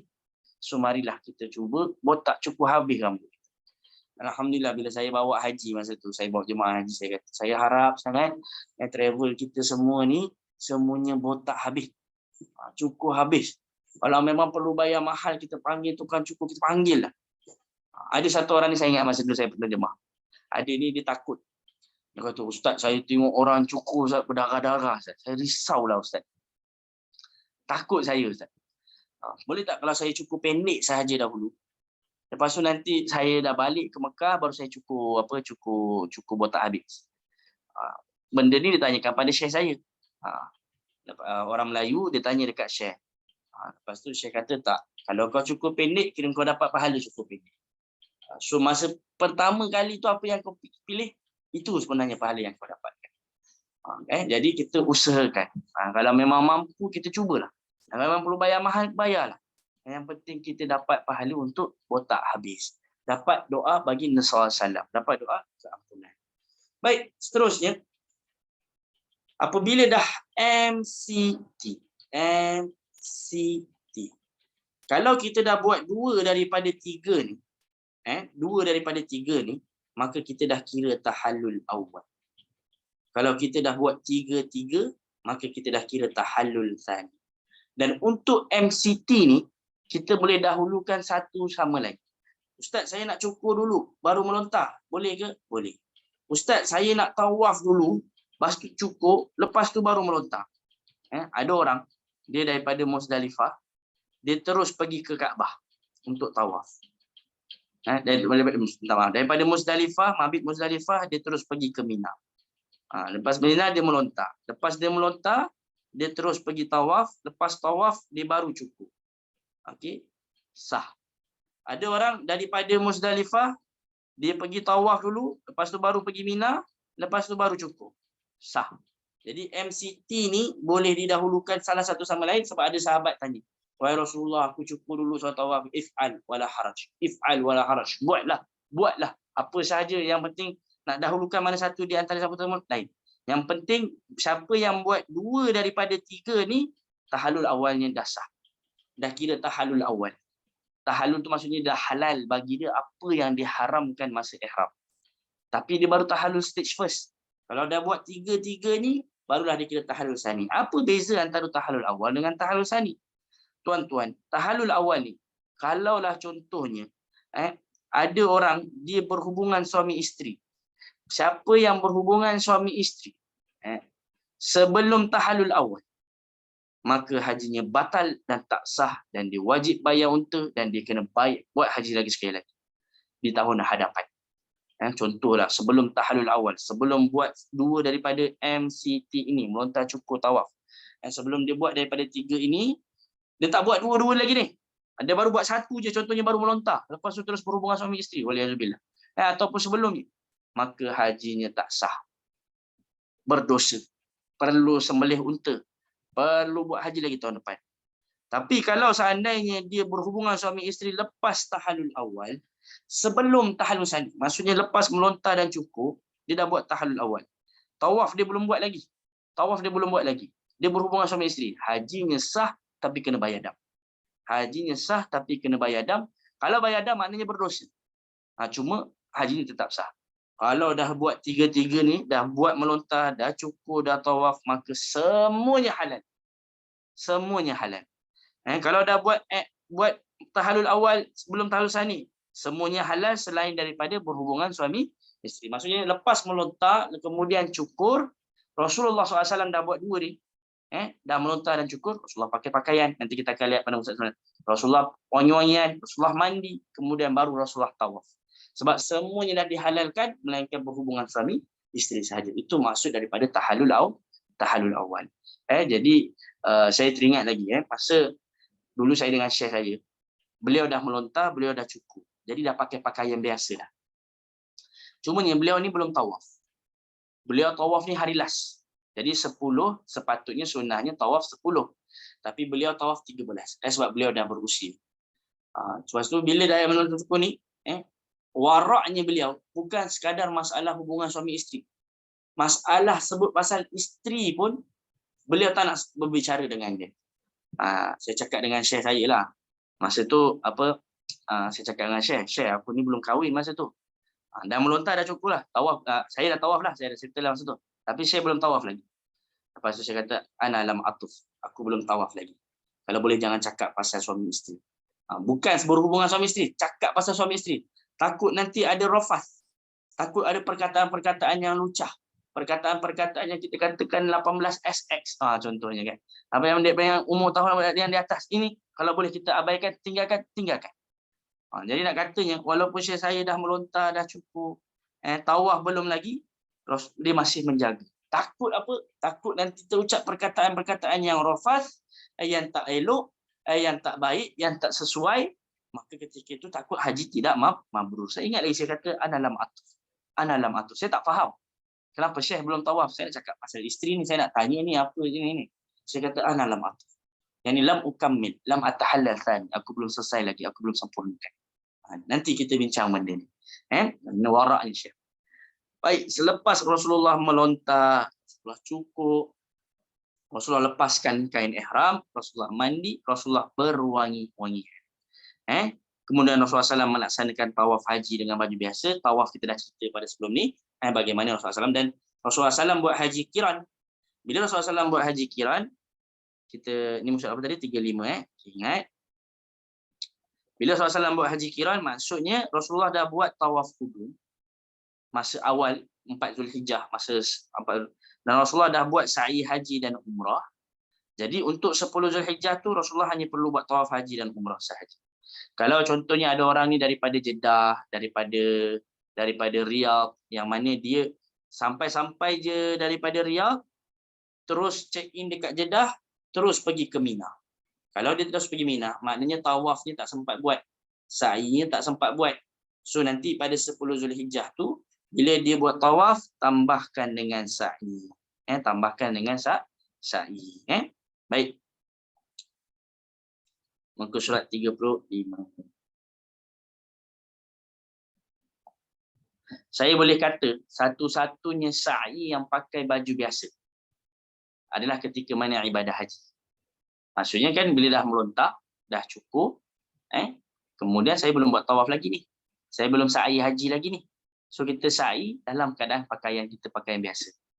Sebab kalau dalam masa-masa umrah, tak ada sa'i sunat. Yang ada tawaf sunat saja. Orang tawaf pakai pakaian biasa. Tapi tak ada sa'i sunat, tak ada. Siapa yang nak buat sa'i masa umrah, maknanya dia kena pakai pakaian umrah lah. Dia kena buat tawaf, kemudian dia buat sa'i. Tapi untuk sa'i haji ni, pakai baju biasa. Kalau seandainya dia dah melontar dan dia dah cukup. Dia dua ni. Ada orang dia melontar dulu, lepas tu dengan pakaian ihramnya, dia terus pergi tawaf. kemudian barulah dicukur. Pun boleh juga, tak jadi masalah. Nabi SAW melepaskan kain ihram, mandi dan berwangi-wangian. Rasulullah melaksanakan tawaf haji, solat sunat tawaf juga. Lepas tu baginda SAW nak minum.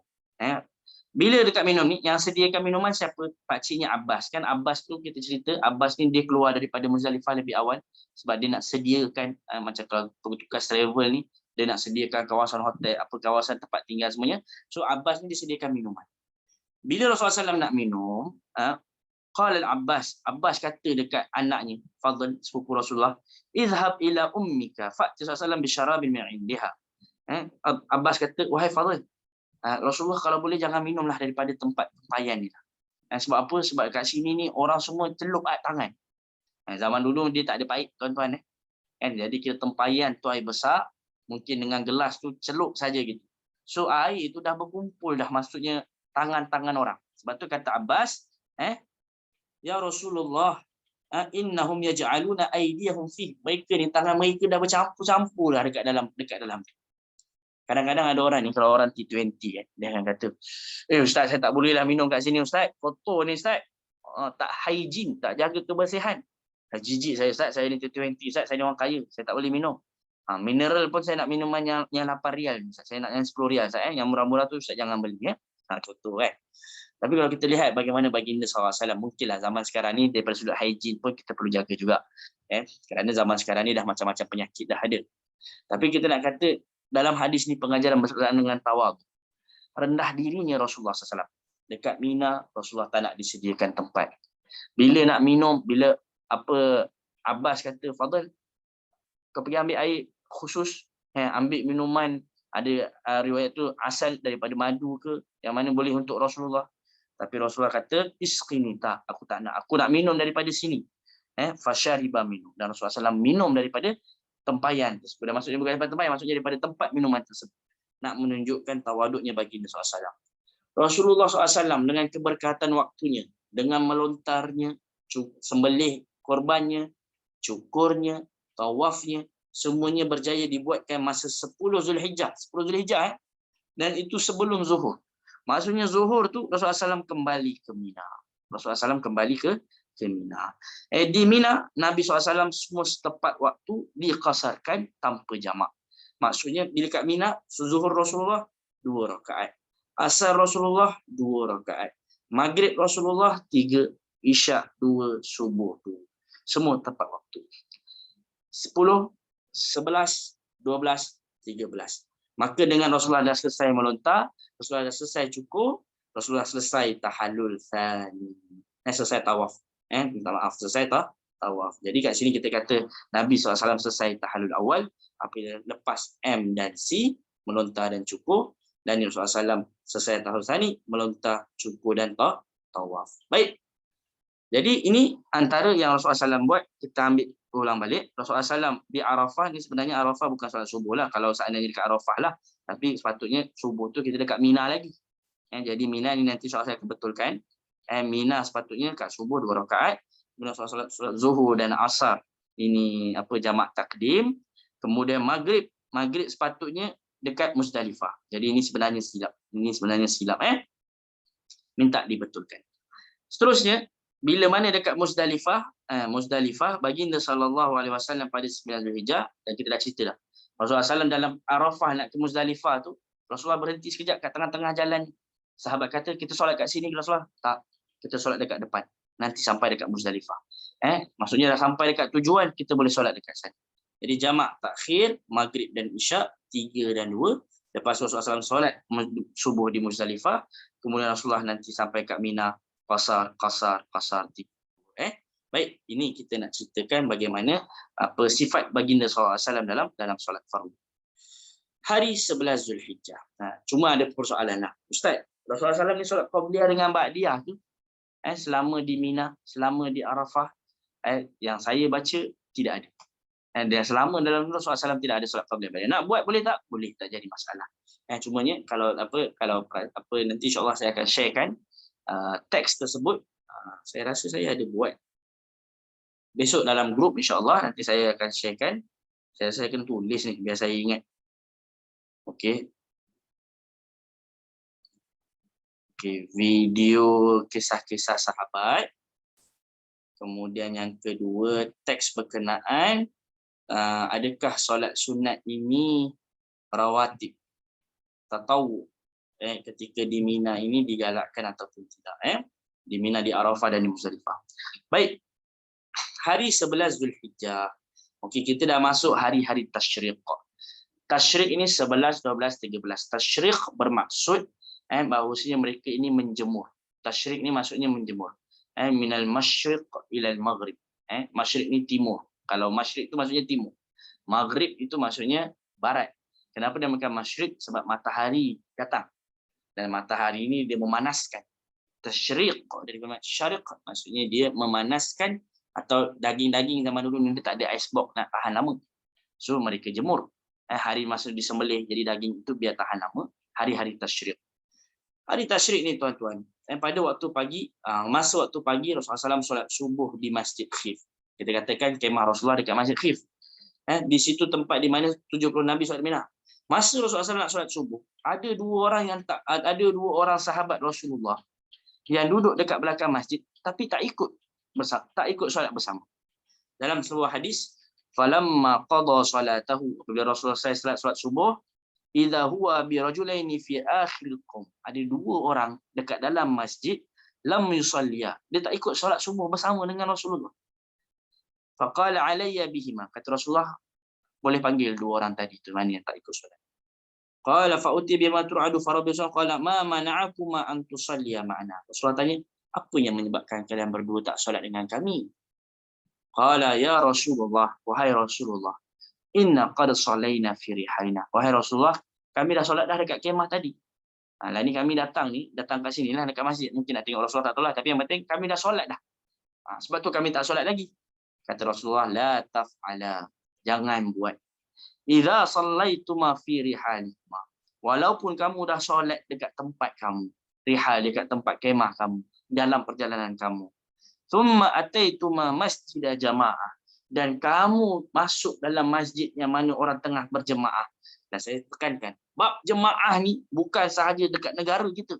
Tadi kita cerita berkenaan dengan Rasulullah kata berjemaah, jagalah kesatuan ni. Taatlah pada pemerintah, ikut mereka walaupun mungkin ada yang walaupun hamba absyid. Sama juga sekarang ni dekat sini ni, kalau waktu solat pun solatlah jemaah. Idza ataituma masjidah jamaah, bila kamu datang kat masjid jemaah, fasalliya ma'ahum, tetap kamu berdua ni kena solat dengan mereka berdua. Fa innaha lakum nafilah, ia akan dikira sebagai solat sunat bagi kamu. Nak menjaga kesatuan, nak menjaga kita. Dan sebab tu malam tu saya cerita masalah dalam mazhab Syafi'i kata, walaupun kita ni berbeza niat, imam niat solat zuhur, makmum solat subuh, jemaah. Kalau contohnya kita solat jamak takdim, yang depan ni solat dua, kita ni solat dua, jemaah. Dia niat solat zuhur, kita niat solat asar, jemaah. Dia niat solat isyak, kita solat maghrib, jemaah. Untuk apa tuan-tuan? Menjaga kesatuan umat Islam. Dalam hadis disebutkan, ni nak bukan solat jemaah ni, cuma kita nak ceritanya, ada orang ni ketika soft ni semua sama kan, soft. Ada orang yang soft ni terlalu ke depan. Lepas Rasulullah kata, la tusawwunna sufufakum, samakan soft kalian. Aw la yukhalifannallahu fi qulubikum, atau Allah akan pecah belahkan hati kalian. Atau Allah akan menyebabkan kalian ini, maksudnya baina wujuhikum, kalian ini tidak bersatu. Tuan-tuan, solat jemaah soft tak sama sahaja boleh menyebabkan hati ni berpecah belah. Solat berjemaah tapi soft tak sama. Ini bukan soft tak sama, semua solat sendiri-sendiri. Yang ni solat sendiri, kalau dalam keluarga lah contoh, suami solat sendiri, isteri solat sendiri, anak solat sendiri. Kalau solat berjemaah soft tak sama sahaja boleh pecah belah. La yukhalifannallah, Allah boleh pecah belahkan hati kalian. Bagaimana kalau solat tak berjemaah? Saya ni kalau datang dekat area Arab Saudi rasa sejuk je hati. Semua solat berjemaah. Dan beza niat tak apa. Kan? Kalau seandainya wajib, nafil. Kalau seandainya dia jadi, kalau imam niat solat sunat, kita jadi makmum, boleh tak? Boleh. Kalau saya datang dekat RNR dekat Saudi, dekat Malaysia ni, RNR kat Malaysia ni, semua solat sendiri-sendiri. Yang tu solat sendiri, yang tu solat sendiri, yang tu solat sendiri. Lah saya tanya, abang solat apa? Solat Zuhur. Tak apa, saya solat Asar. Abang jadi imam. Atau abang ikut saya. Tak apalah saya dah. Jadi kita nak katanya, marilah kita ni solat berjemaah. Jaga jemaah ni. Baik, sambung balik. Sama juga kalau kita, ustaz saya dah solat dah dekat highway. Lepas tu kita sampai dekat Masjidil Haram. Sampai dekat kemah kita. Perlu tak kita solat? Solat. Sebab Rasulullah SAW tegur. Sampai jadi sini. Dan yang permasalahan berkenaan dengan berbeza niat ni saya dah bawa dalam sesi kelas yang ketiga, boleh rujuk balik. Baik. Lalu apa yang dibuat selama 11, 12, 13 ni? Allah SWT berfirman, "Wadhkurullah fi ayyamin ma'dudat." Banyakkan berzikir pada Allah. So kita bertakbir sebanyak-banyaknya. Yang disebutkan Sayyidina Abu Hurairah radhiyallahu anhu, Ibnu Umar, mereka bertakbir dekat kawasan-kawasan Mina ni. Sehingga ketika itu Mina itu bergegak gempita. Maksudnya berbunyi dengan takbir-takbir. Membesarkan Allah Subhanahu Wa Taala. Bacalah dengan penuh pemahaman, Allah yang Maha Besar, Allah yang Maha Besar. Dan ini sebenarnya tauhid. Haji ini adalah ibadah tauhid. Daripada kita niat, aku sahut seruanmu ya Allah semata-mata. Kemudian kita bertakbir ya labbaik Allahumma labbaik. Kemudian kita tawaf, kita sebut Allahu Akbar. Kemudian kita solat sunat, kita baca solat al-ikhlas. Kemudian kita melontar, kita baca Allahu Akbar, Allah Maha Besar. Sama juga ketika kita pada hari-hari tasyrik, kita ini wazkurullah. Kita ini menyebut nama Allah. Kemudian ayyamut tasyrik, ayyamu aklin wa syurbin. Ya Allah, dah 3 dah. Minta maaf ini masih 3. Sikit lagi. Kita insya-Allah kita cuba berhenti sebelum pukul 4. Ayyamut tasyrik, ayyamu aklin wa syurbin. Kata Rasulullah, hari-hari tasyrik ini adalah hari-hari aklin wa syurb, ayyamu aklin wa dzikrillah. Hari untuk makan. Jadi disunahkan pada hari tasyrik ini untuk tidak berpuasa dan untuk kita berzikir pada Allah Subhanahu Wa Taala. Ini hadis-hadisnya. Kemudian 11 Zulhijjah ini adalah kita melontar. Dan melontar ini ada 2, ada 3. 1, 2, 3. Melontar jamrah sughra, wusta dan kubra. Waktu melontar paling afdal adalah apabila masuk waktu zuhur.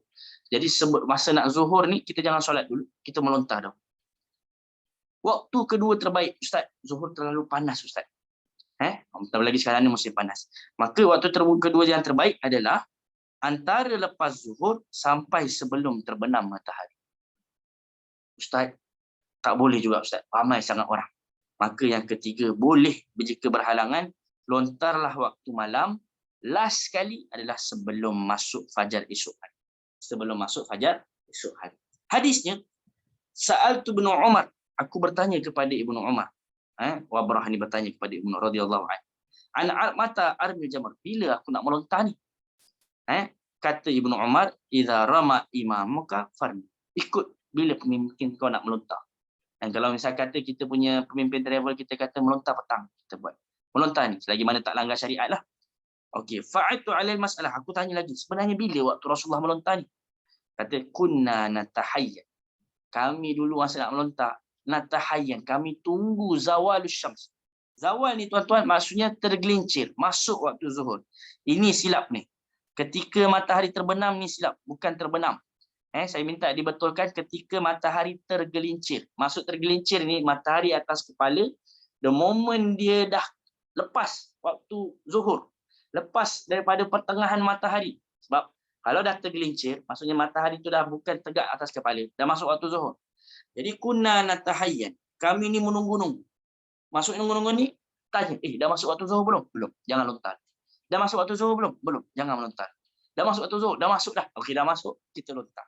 Kunna natahayyan zawal asy-syams fa iza zalatis syams, apabila matahari dah tergelincir, maka kami pun melontar. So ada satu perbahasan, apa hukum orang yang melontar sebelum ni, hukmu ramyul jimar qabla zawal. Apa hukum melontar sebelum zuhur ustaz? Ada orang melontar sebelum zuhur. Jumhurul fuqaha, majoriti ulama kata orang yang melontar sebelum zawal, sebelum zuhur, la yujzi, tak sah. Tak sah. Sebab apa? Sebab kata Rasulullah, khudhu anni manasikakum. Ikut macam mana cara aku buat haji. Dan Rasulullah SAW yuakhirur rami. Rasulullah mengakhirkan waktu melontar, tunggu waktu zuhur. dalam keadaan fi syiddatil har, dalam keadaan panas. Zaman dulu tuan-tuan, mana ada atap macam kita? Zaman dulu mana ada payung? Tapi Rasulullah tunggu. Tunggu tu nak menunjukkan, macam kalau solat Zuhur tu, tunggu waktu Zuhur. Macam tu jugalah waktu melontar. Jadi majoriti kata, tak boleh melontar sebelum Zuhur. 11, 12, 13 tak boleh melontar. Semuanya melontar lepas waktu Zuhur. Cuma ada sedikit pandangan daripada mazhab Abu Hanifah. Saya tunjukkan kat sini. Okey, tengok sini Saya kata kat sini. Qala Ibnu Qudamah. Ibnu Qudamah kata apa? Wala yarmi fi ayyamit tasyrik. Tak boleh melontar pada hari tasyrik melainkan selepas ba'da zawal, selepas matahari tergelincir, selepas masuk waktu zuhur. Fa in rama qabla zawal. Kalau seandainya melontar sebelum zawal, sebelum zuhur, dia kena ulang. Nassa alaihi Imam Ahmad. Pandangan Imam Ahmad. Pandangan ini pandangan Imam Malik. Pandangan ini pandangan Imam Syafi'i. Pandangan ini pandangan Ishaq. Pandangan ini pandangan Ashabur Ra'i. Illa, melainkan ada satu pandangan di pandangan Ashabur Ra'i, iaitu pandangan mazhab Abu Hanifah yang mengatakan rakhasu, mereka kata boleh melontar sebelum zuhur, sebelum zawal, dengan syarat itu yaumun nafr, hari di mana dia nak keluar. Yaumun nafr ni ada hari 12, hari 13. Siapa nak, contohnya dia nak ambil 2 hari saja kan. Dia nak ambil 11, 12. 12 dia nak keluar. 11 tu kena melontar sebelum zuhur. 11 kena melontar selepas zuhur. Tapi kalau hari ke-12 dia nak hari ke-12 dia nak melontar sebelum zuhur, dan tapi dengan syarat dia nak keluar, maka dibolehkan. Tapi itu pandangan ini pandangan yang kita katakan minority. Pandangan yang terpencil. Sebab kita kata dia apa? Jumhur, majority kata.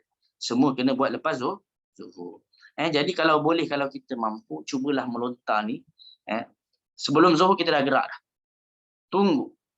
Nanti dah lepas zuhur, kita lontar. Ada satu benda yang saya pelik masa saya tengok orang lontar ni, masa orang melontar ni lepas pukul 12 malam. Jadi dia ingat 12 malam ni macam waktu dekat, kalau ikut New Year, hari tahun baru ke apa, memanglah pukul 12 malam tu maksudnya dah masuk hari seterusnya. Tapi dalam Islam tidak. Islam ni dia bukan ikut pukul 12 malam. Dia ikut terbit terbenamnya matahari. Jadi itu kita nak katakan masalah bahawasanya kalau boleh melontar lepas waktu zuhur, kalau tak mampu sangat usahakan sebelum terbitnya fajar esok hari. Jadi kita cuba. Baik, an Urwah, sifat dan Rasulullah SAW melontar dalam 3 jamarat. Pertama, Rasulullah SAW menghadap kiblat. Ini saya ada gambarnya. Okey, lihat kat sini besar sikit. Pertama, Rasulullah SAW menghadap kiblat dan Rasulullah SAW berdoa. Jadi berdoa. Kemudian melontar lagi menghadap kiblat, kemudian berdoa, kemudian melontar yang mana Mekah sebelah kiri, Mina sebelah kanan.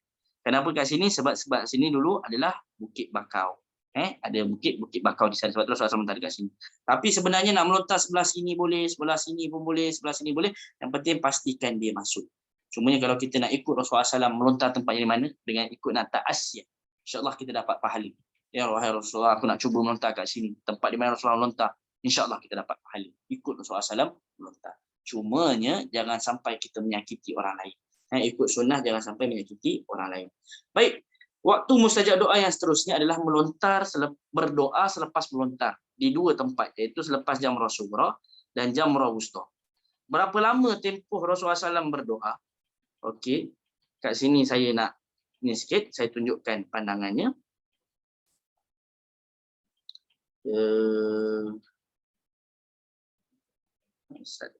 Okey, tengok Ruwiya Abi Syaibah bi isnadin sahih an Atha, dengan sanad yang sahih. Kana Ibnu Umar radhiyallahu an. Ibnu Umar radhiyallahu an yaqumu 'indal jamratain. Maksudnya lepas melontar jamrah yang pertama dengan melontar jamrah yang kedua. Lepas melontar jamrah pertama, berdoa. Melontar jamrah kedua, berdoa.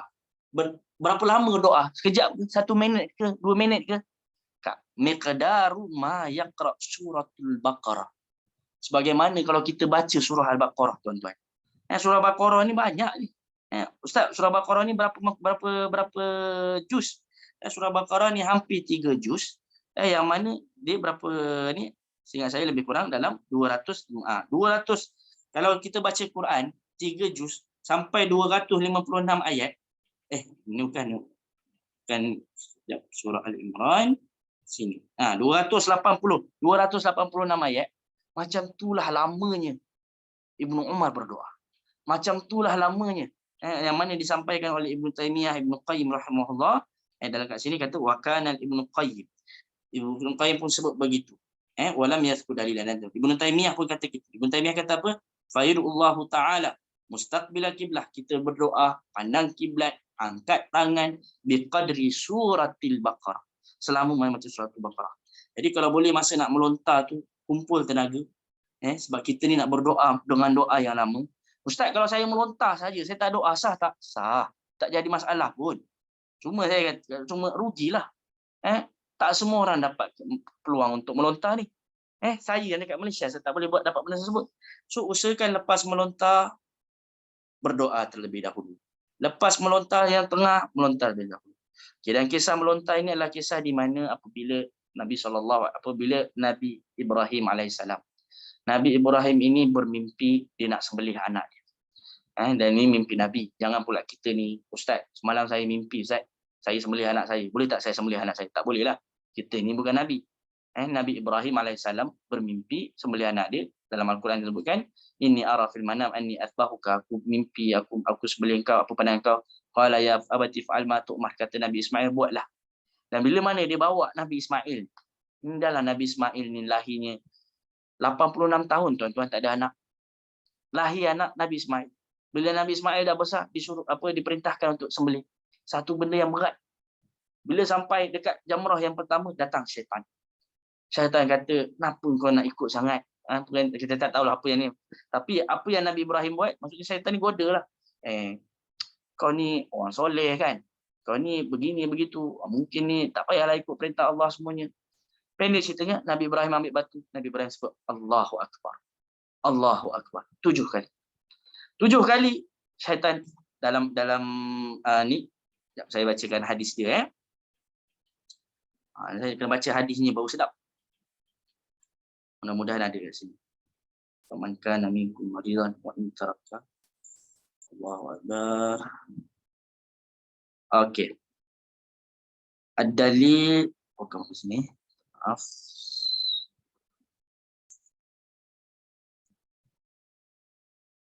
Sahih Umar. Saya tak datang kan. Tak apalah, nanti saya share dekat dalam.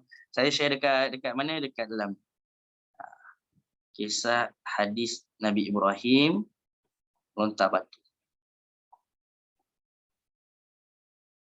Okey.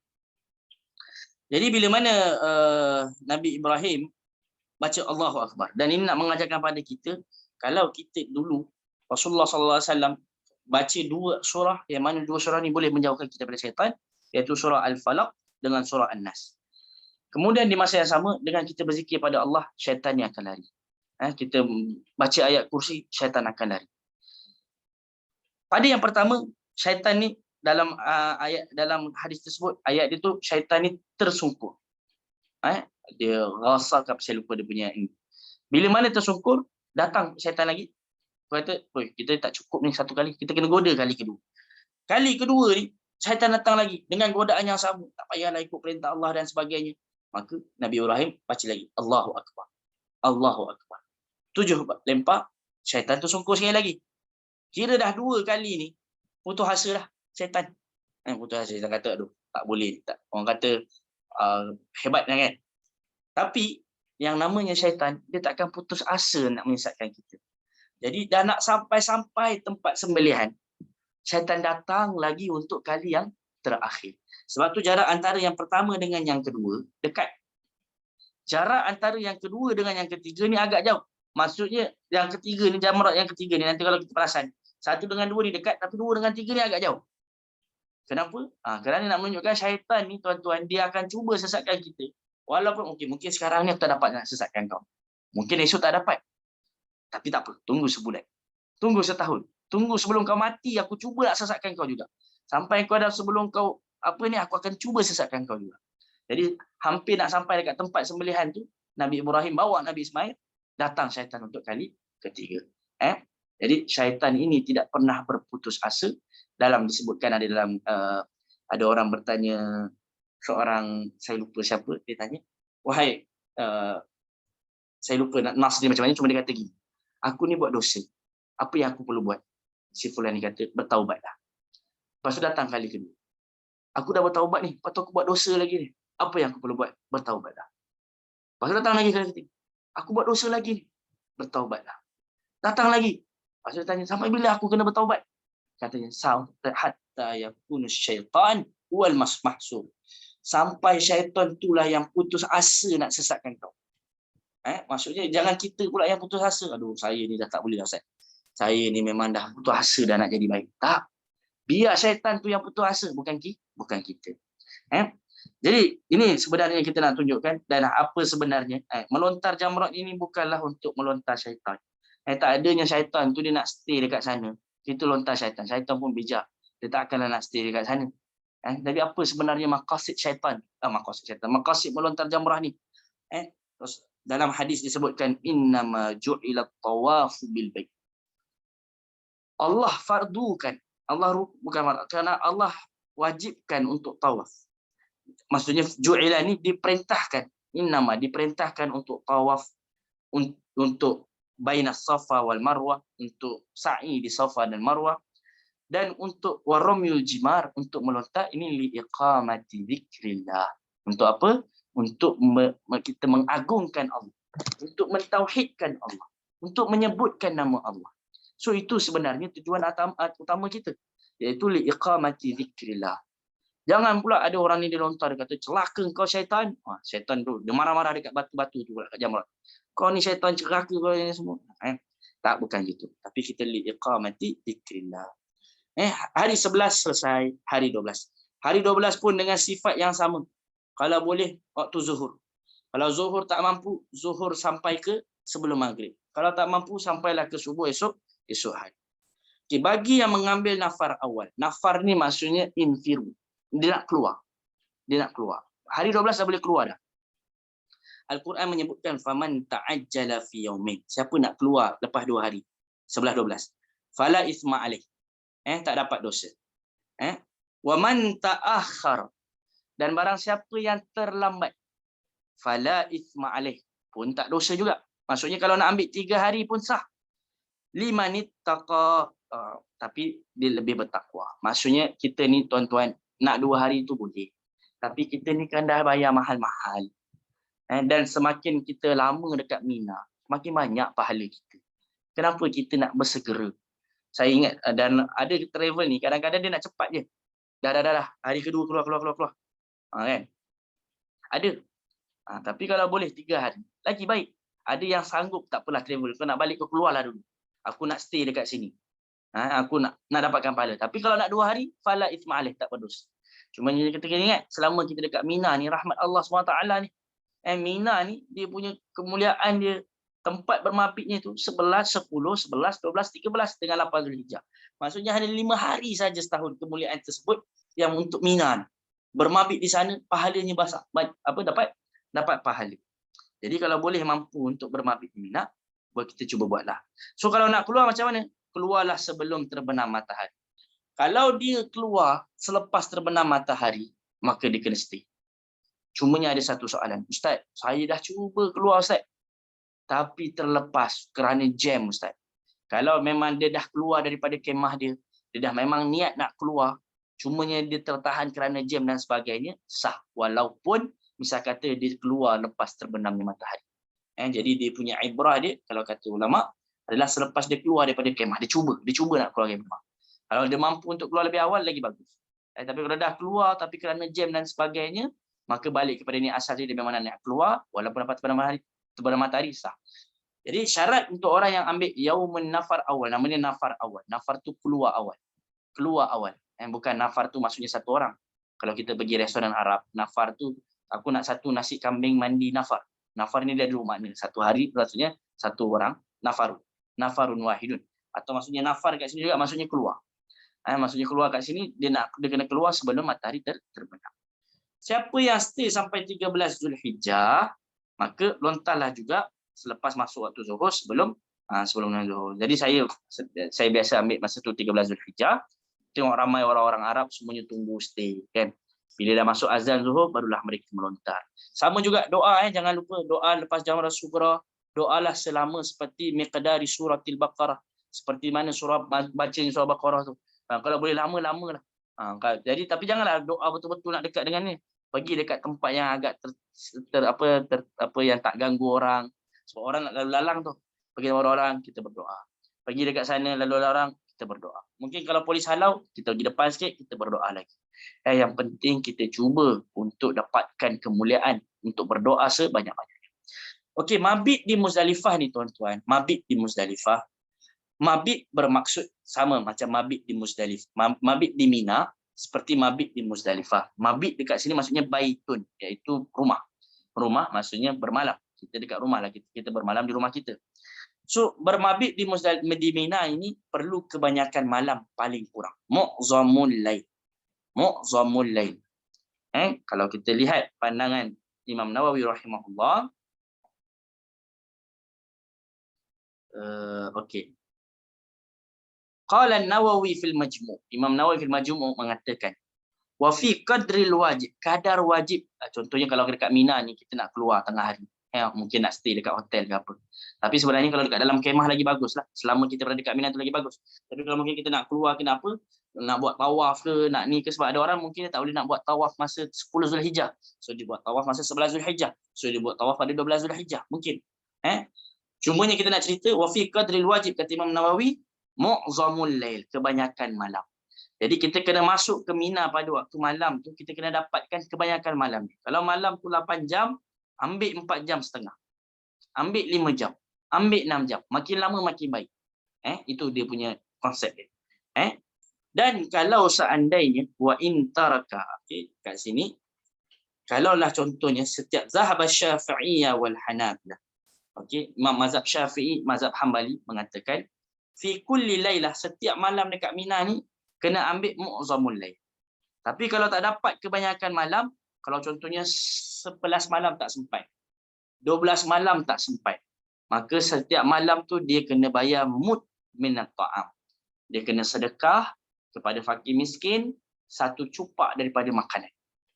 Tapi kalau 3 tak dapat, 11, 12, 13, 3 tak dapat, atau kalau dia ambil nafar awal 11, 12 dia tak dapat, maksudnya mabit Mina dia tinggalkan, semua dia tinggalkan, maka kalau 3 tu dia kena bayar dam. Maksudnya ada orang tanya, Ustaz, saya 11, 12 tak sempat nak ni, tapi 13 saya sempat. So bayar saja 2 malam. Tapi kalau 3 tak sempat, kena bayar dam, bayar kambing, dan ni berdosa lah. Dua-dua ni berdosa. Jadi kita cuba untuk dapat muzammil lain, paling selamat duduk dekat kemah lah. Stay pagi dan malam. Tapi ada orang yang mungkin malamnya dia tak selesa. Ada yang kemah ni kadang-kadang dia over. Ada contohnya kalau saya dulu dekat, saya ikut travel, saya bawa travel Singapura. Bila saya bawa travel Singapura, mereka ni ada hotel betul-betul lepas Mina. Namanya Aziziyah. Betul-betul lepas Mina. So nak pergi kemah yang dekat Mina mereka tu, dekat Muaisim, dua bukit kena pergi, dekat kawasan Mina juga.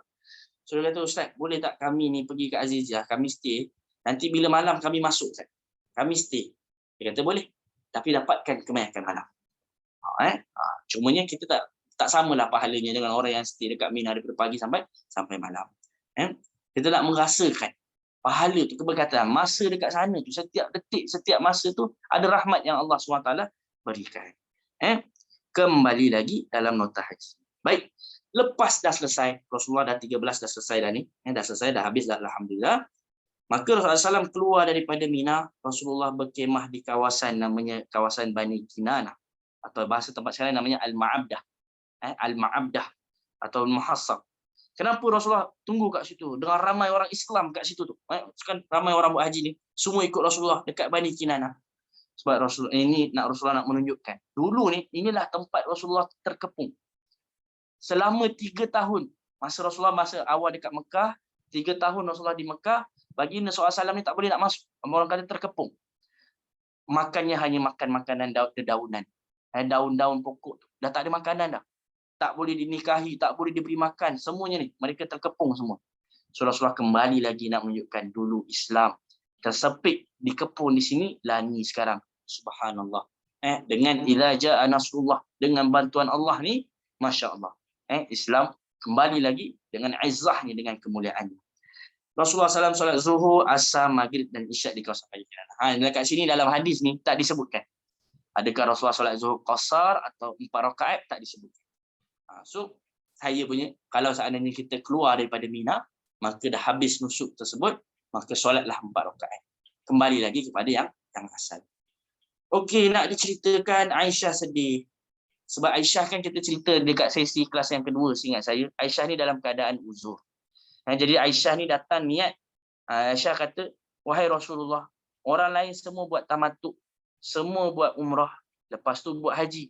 Diorang dapat umrah, tapi diorang pas diorang buat haji, maknanya diorang buat haji tamattu.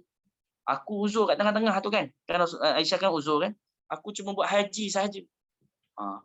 Jadi dalam hadis ni Aisyah ta annaha ahallat bil umrah. Jadi sebenarnya Aisyah ni niat masa awal dulu datang dengan niat untuk buat umrah. Faqadimat wa lam tatuf bil bait hatta hadat. Jadi Aisyah ni datang wa lam tatuf bil bait, tak dapat nak buat tawaf kerana Aisyah hadat. Jadi Aisyah buat semua nusuk haji ni. Lalu bila qala Nabi SAW, lepas tu kata Nabi SAW, yasa'uki tawafuki li hajjiki wa umratiki. Kata Rasulullah, wahai Aisyah, tak mengapa. Sebab Aisyah ni dia kata, sebab dia ada khilaf. Adakah Aisyah ni buat ifrad atau buat qiran? Dan hadis ini seakan-akan menunjukkan Aisyah ni buat qiran. Sebab apa? Sebab Aisyah, kata Rasulullah, wahai Aisyah, tawaf engkau, sa'i kau tu dah cukup dah dengan umrah sekali. Maksudnya dah 2 in 1. Maksudnya macam qiran. Maksudnya kan pahala qiran tu adalah umrah dan haji 2 dalam 1. Maka kata Rasulullah, yasa'uki tawafuki li hajjiki wa umratiki. Tawaf kau tu dah cukup untuk haji. Tawaf kau tu dah termasuk untuk umrah. Fa'abat. Tapi Aisyah kata, tak, aku nak buat umrah spesial, nak buat umrah juga ni.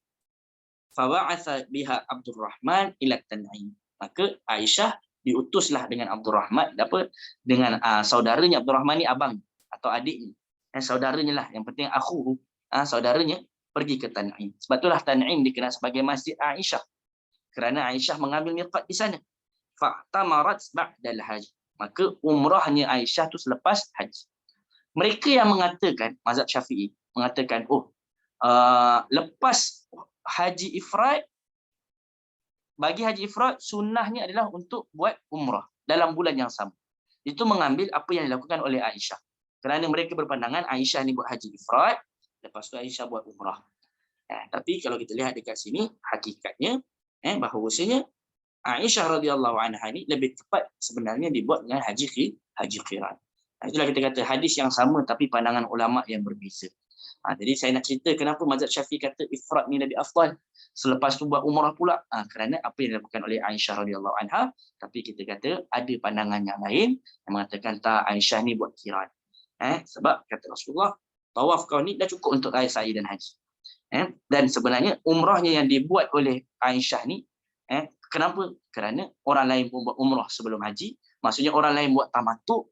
Maksudnya dia lebih orang kerana ada orang buat tamattu lah Aisyah kata aku pun nak buat umrah juga. So seakan-akan nak menunjukkan umrah tamattu ni lebih afdal. So saya menasihati diri saya sendiri dan tuan-tuan dan puan-puan, kalau mampu buat tamattu, buatlah. Dengan dalil-dalil yang kita dah cerita daripada awal perjalanan Rasulullah, mudah-mudahan ia lebih baik.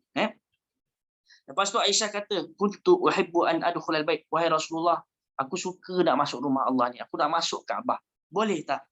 Kata Rasulullah, fa akhadha Rasulullah SAW biyadi fa usalli fi. Jadi Aisyah ni nak masuk dalam Kaabah, nak solat dalam Kaabah. Lalu Rasulullah ambil tanganku, fa adkhalani fil hijr. Rasulullah masuk, kata Rasulullah, solatlah dekat kawasan Hijr Ismail. Hijr Ismail ni apa? Kalau ini Kaabah, dia ada satu kawasan yang terbuka, open space. Ini namanya Hijr Ismail. Kata Rasulullah, salli fil hijr. Masuklah kamu di dalam hijr ini. Idza aradta dukhulul bait. Kalau kamu nak masuk dalam rumah, fa inna ma huwa qit'atun minal bait. Bismillah. Sesungguhnya ia merupakan bahagian daripada rumah Allah juga. Fa inna ma qaumuki iktasuru hina makama fa akhraju minal bait. Jadi sebenarnya kisahnya Kaabah ni dia bukan 4 segi. Kaabah ni dia sebenarnya bukan 4 segi tepat, tapi dia 4 segi panjang. Ketika berlaku banjir, orang-orang Quraisy ni, sejahat-jahatnya diorang masih tahu antara halal yang haram. Diorang kata kita tak boleh bangun Kaabah ni dengan harta yang haram. Kita kumpulkan harta yang halal sahaja. So harta yang halal tu sikit. Sikit-sikit harta halal tu boleh buat separuh sahaja. Jangan sampai 4 segi petak. Yang lebih tu diorang tutup dengan batu. Itulah disebut sebagai Hijr Ismail. Jadi orang yang mungkin kita cemburu, wah seronoknya Perdana Menteri boleh masuk dalam Kaabah. Boleh solat dalam Kaabah. Jangan risau. Solat kat Hijr Ismail pun sama dia punya pahala juga masuk dalam Kaabah. Hari 14 Zulhijjah, hari 14 Zulhijjah, hari Rabu. Rasulullah SAW sebelum waktu subuh bergerak menunaikan tawaf wada. Jadi masa waktu malam ni Rasulullah SAW tunggu Aisyah, jadi Aisyah dah buat umrah semua. Sebelum waktu subuh Rasulullah SAW bergerak menunaikan tawaf wada. Masa nak buat tawaf wada, semua tawaf wada, isteri Rasulullah SAW yang lain, Safiyah binti Huyai ini menangis. Sebab apa? Uzur. Uzur walhal Safiyah nak tawaf wada bersama baginda sallallahu alaihi wasallam. Lalu Rasulullah SAW memberikan keuzuran bagi orang yang haid untuk tidak tawaf dengan syarat dia dah buat tawaf rukun haji. Sebab tawaf ni ada tawaf kalau orang yang buat ifrad, dia ada tawaf qudum, ada tawaf haji, dia ada tawaf wada. Tamattu pula dia ada tawaf umrah, dia ada tawaf haji, ada tawaf wada. Okey, Rasulullah tanya, "Ma kunti tufti yaumin nahar?" Jadi Rasulullah tanya, "Wahai Safiyah, kau dah tawaf masa 10 Zulhijjah itu hari kan? Maksudnya kau dah buat tawaf rukun haji kan?" Qala bala, katanya dah. Kata Rasulullah, la ba'sa, infiri. Kata Rasulullah, tak apa. Kau tak payah ikut untuk tawaf wada. Jadi orang yang uzur tetap kena tunggu kalau belum buat tawaf rukun. Tapi kalau dah selesai tawaf rukun, kemudian dia uzur, tak perlu buat tawaf wada. Selepas tawaf wada, ada orang kata, "Ustaz, lepas tawaf wada ni, saya dah tak boleh dah solat dekat Masjidil Haram." Saya kata, tuan-tuan, selepas tawaf wada, Rasulullah bukan sekadar solat dekat Masjidil Haram. Rasulullah jadi imam solat subuh di Masjidil Haram dan ianya merupakan solat terakhir baginda SAW di sana. Kemudian Rasulullah bersama baginda para jemaah bergerak pulang menuju ke bumi Madinah Al-Munawwarah. Dengan begitu selesailah kita punya perjalanan ibadah haji baginda SAW. Penulisan ni masih banyak lagi kesilapan. Last kali saya buat ni, pertama ni saya buat ni masa 2021. Ulama zaman dahulu mereka kalau dah buat selesai satu kitab, dia akan tulis kitab ni selesai ditulis pada tarikh sekian. Jadi alhamdulillah, dulu saya hanya sebenarnya 2020 pengalaman pertama 2019 saya bawa travel Singapura. 2018-17 tu saya jadi penerjemah haji bagi Kementerian Agama Arab Saudi. Kemudian 2019 saya bawa travel Singapura. Masa tu saya buat, orang kata cuma buat nota saja, cerita-cerita gitu saja, hanya 4-5 muka surat. Kemudian 2020 Allah rezekikan saya buat haji bersama 8 orang. Masa musim Covid yang hanya 1,000 orang sahaja, itu pun tak ada nota selengkap ni. Bila saya dah balik ke Malaysia 2021, saya fikir saya kena buat sesuatu. Saya nak tulis satu nota lah. Alhamdulillah 2021 masa tu lebih kurang dalam 80 orang je ikut kelas. 2022 lebih kurang dalam 100-200. 2023 alhamdulillah grup ni hampir 800 orang. Dan video tu saya tengok alhamdulillah dah hampir 2000 orang menonton. Asbab tuan-tuan dan puan-puan.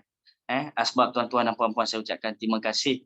Moga-moga walaupun kita tak buat haji, walaupun wal-iyazubillah kalau mungkin haji kita ni ada kekurangan, dengan mereka-mereka yang menonton video ini, kita pun dapat pahala haji yang sama.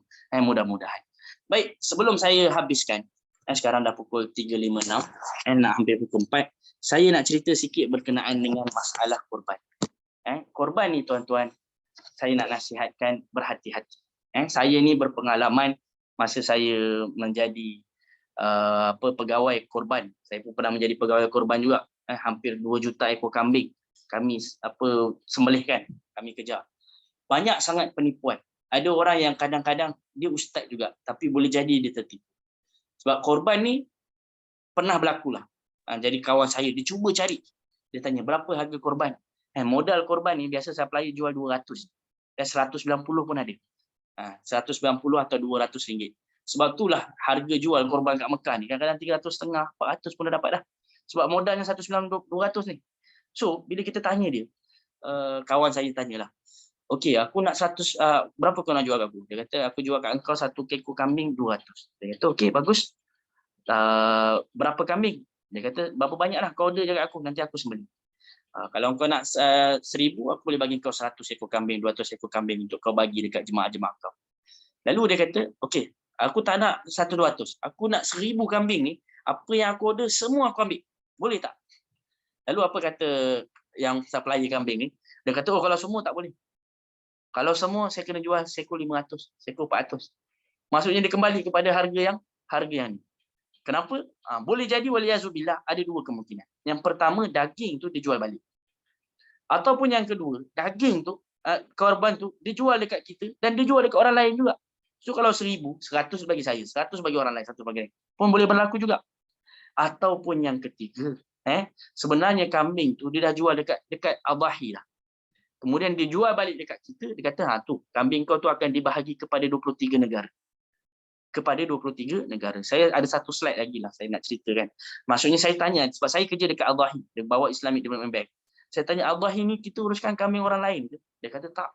Kita uruskan kambing pesanan kita saja. Sebab kita ni bawah kerajaan. Raja Saudi ni kaya. Dia ni mana sembelih kambing seekor 2 ekor? Mesti beribu-ibu. So kita nak katanya, orang-orang yang supply dekat Adhahi, boleh jadi sebab kambing bila supply kat Adhahi ni, Adhahi dia sembelih, dia tak ada sebut nama seorang-seorang, tak ada. So dia bagi, dia suruh kita sembelih, tapi kambing tu masa dia jual kat Adhahi, dia jual kat kita juga. Pasal dia kata, tu kambing kau dah dibagi kepada 23 negara. So kita tak takut. Kita takut benda ni berbahaya. So saya nasihat pada diri saya, tuan-tuan, kalau ada duit lebih, kalau mampu, kalau kita yakin dengan syarikat tu, kita yakin. Tapi kalau betul-betul kita nak tenang hati kita, ambil dengan syarikat Adhahi. Harganya mahal sikit, seekor RM890. Zaman saya dululah, 2021, 890. Nanti saya share lah apa berkenaan, 890. Dan dia memang terjaga. Dia ada tagging dia. Dia bagi tahu, dia message email semua dan sebagainya. Mahal, tapi haji tu sekali seumur hidup. Kita tak tahu nanti lagi macam mana lagi kan. Kenapa kita perlu nak berkira-kira dengan korban ni? Kalau mampu kita cubalah. Okay, saya rasa itu saja. Mudah-mudahan perjalanan kita ini diberkati oleh Allah Subhanahu Wa Taala. InsyaAllah saya selepas ni kita dah cerita semua. Saya akan share nanti kalau ada soalan-soalan nanti kita akan cuba jawab. Saya minta maaf lah sebab hari-hari ni saya agak sibuk sikit. Maklumlah, saya pun mencari rezeki juga. Tapi syukur Alhamdulillah Allah rezekikan saya untuk bersama tuan-tuan dan puan-puan. Saya akan cuba jawab soalan sebanyak yang mungkin. Mudah-mudahan haji-haji tuan mabrur semuanya diterima oleh Allah Subhanahu Wa Taala. Dapatkan rakaman nombor 1, 2, 3 dan 4. Apa-apa soalan pun kita akan cuba untuk jawab. Minta maaf sekali lagi mengambil masa yang sepatutnya 1 jam jadi 2 jam. Kita tutup dengan doa. Auzubillahi minasyaitonirrajim. Bismillahirrahmanirrahim. Allahumma inna nas'aluka bi asma'ikal husna wa sifatikal ula wa nas'aluka bi annaka antallahu la ilaha illa antal ahadus samad lam yalid wa lam yulad wa lam yakul lahu kufuwan ahad. Ya Allah, ya Tuhan kami memohon kepadamu ya Allah pada waktu malam yang mulia ini, pada waktu tahajud ini ya Allah. Ya Allah, ya Tuhan kami, dengan amal soleh yang kami harapkan keikhlasan, jadikanlah haji ini haji yang mabrur. Jadikanlah dosa kami ini dosa yang maghfur. Jadikanlah usaha kami ini usaha yang masykur. Ya Allah, ya Tuhan kami mohon kepadamu ya Allah, dan kami tidak memohon kepada selainmu ya Allah. Ampunkanlah dosa kami, dosa kedua orang tua kami, tempatkanlah mereka di derajatmu yang tinggi ya Allah. Ampunkanlah dosa ahli keluarga kami, ampunkanlah dosa kaum muslimin dan muslimat. Ya Allah, mudahkanlah kami, permudahkanlah yang susah, perlapangkanlah yang sempit, berikanlah kami jalan keluar daripada segala kesukaran yang kami hadapi. Rabbana atina fid dunya hasanah wa fil akhirati hasanah wa qina adzabannar. Allahumma qfina bihalalika an haramika wa aghnina bi fadlika amman siwak. Allahumma malikal mulki tu'til mulka man tasha wa tanzi'ul mulka mimman tasha wa tu'izzu man tasha wa tudhillu man tasha bi yadikal khair. Innaka ala kulli syai'in qadir. Rahmanad dunya wal akhirati wa rahimahuma. Allahumma arhamna rahmatan tughnina an rahmatin amman siwak. Rabbi hablana min azwajina wa dhurriyyatina qurrata a'yun waj'alna lil muttaqina imama. Wa sallallahu ala khairi khalqihi wa ala alihi wa sahbihi wasallam. Alhamdulillahi rabbil alamin. Alhamdulillah. Baik, terima kasih semuanya.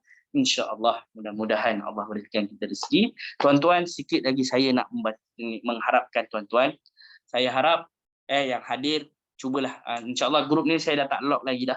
atau mungkin saya log kalau saya ada buat jawab soalan, mungkin saya akan log sikit, tapi tolong share apa yang tuan-tuan belajar atau apa yang tuan-tuan rasakan selama 4 hari ini. Mudah-mudahan ia memberi, pertama sekali bila saya baca tu saya rasa terima kasih. Dan saya menghargai. Berarti tuan appreciate dengan apa yang kita buat ni. Walaupun cuma menyempatkan untuk jawab soalan ni, saya suka. Alhamdulillah. Ada yang tulis learning point, ada yang share dan sebagainya, yang mendoakan, saya suka. Kemudian yang keduanya, ada yang bertanya, Ustaz ni tak buka ke tabung sumbangan ke apa semuanya kan? InsyaAllah nanti bila dah selesai haji ke apa, yang penting biar semua buat haji yang mabrur.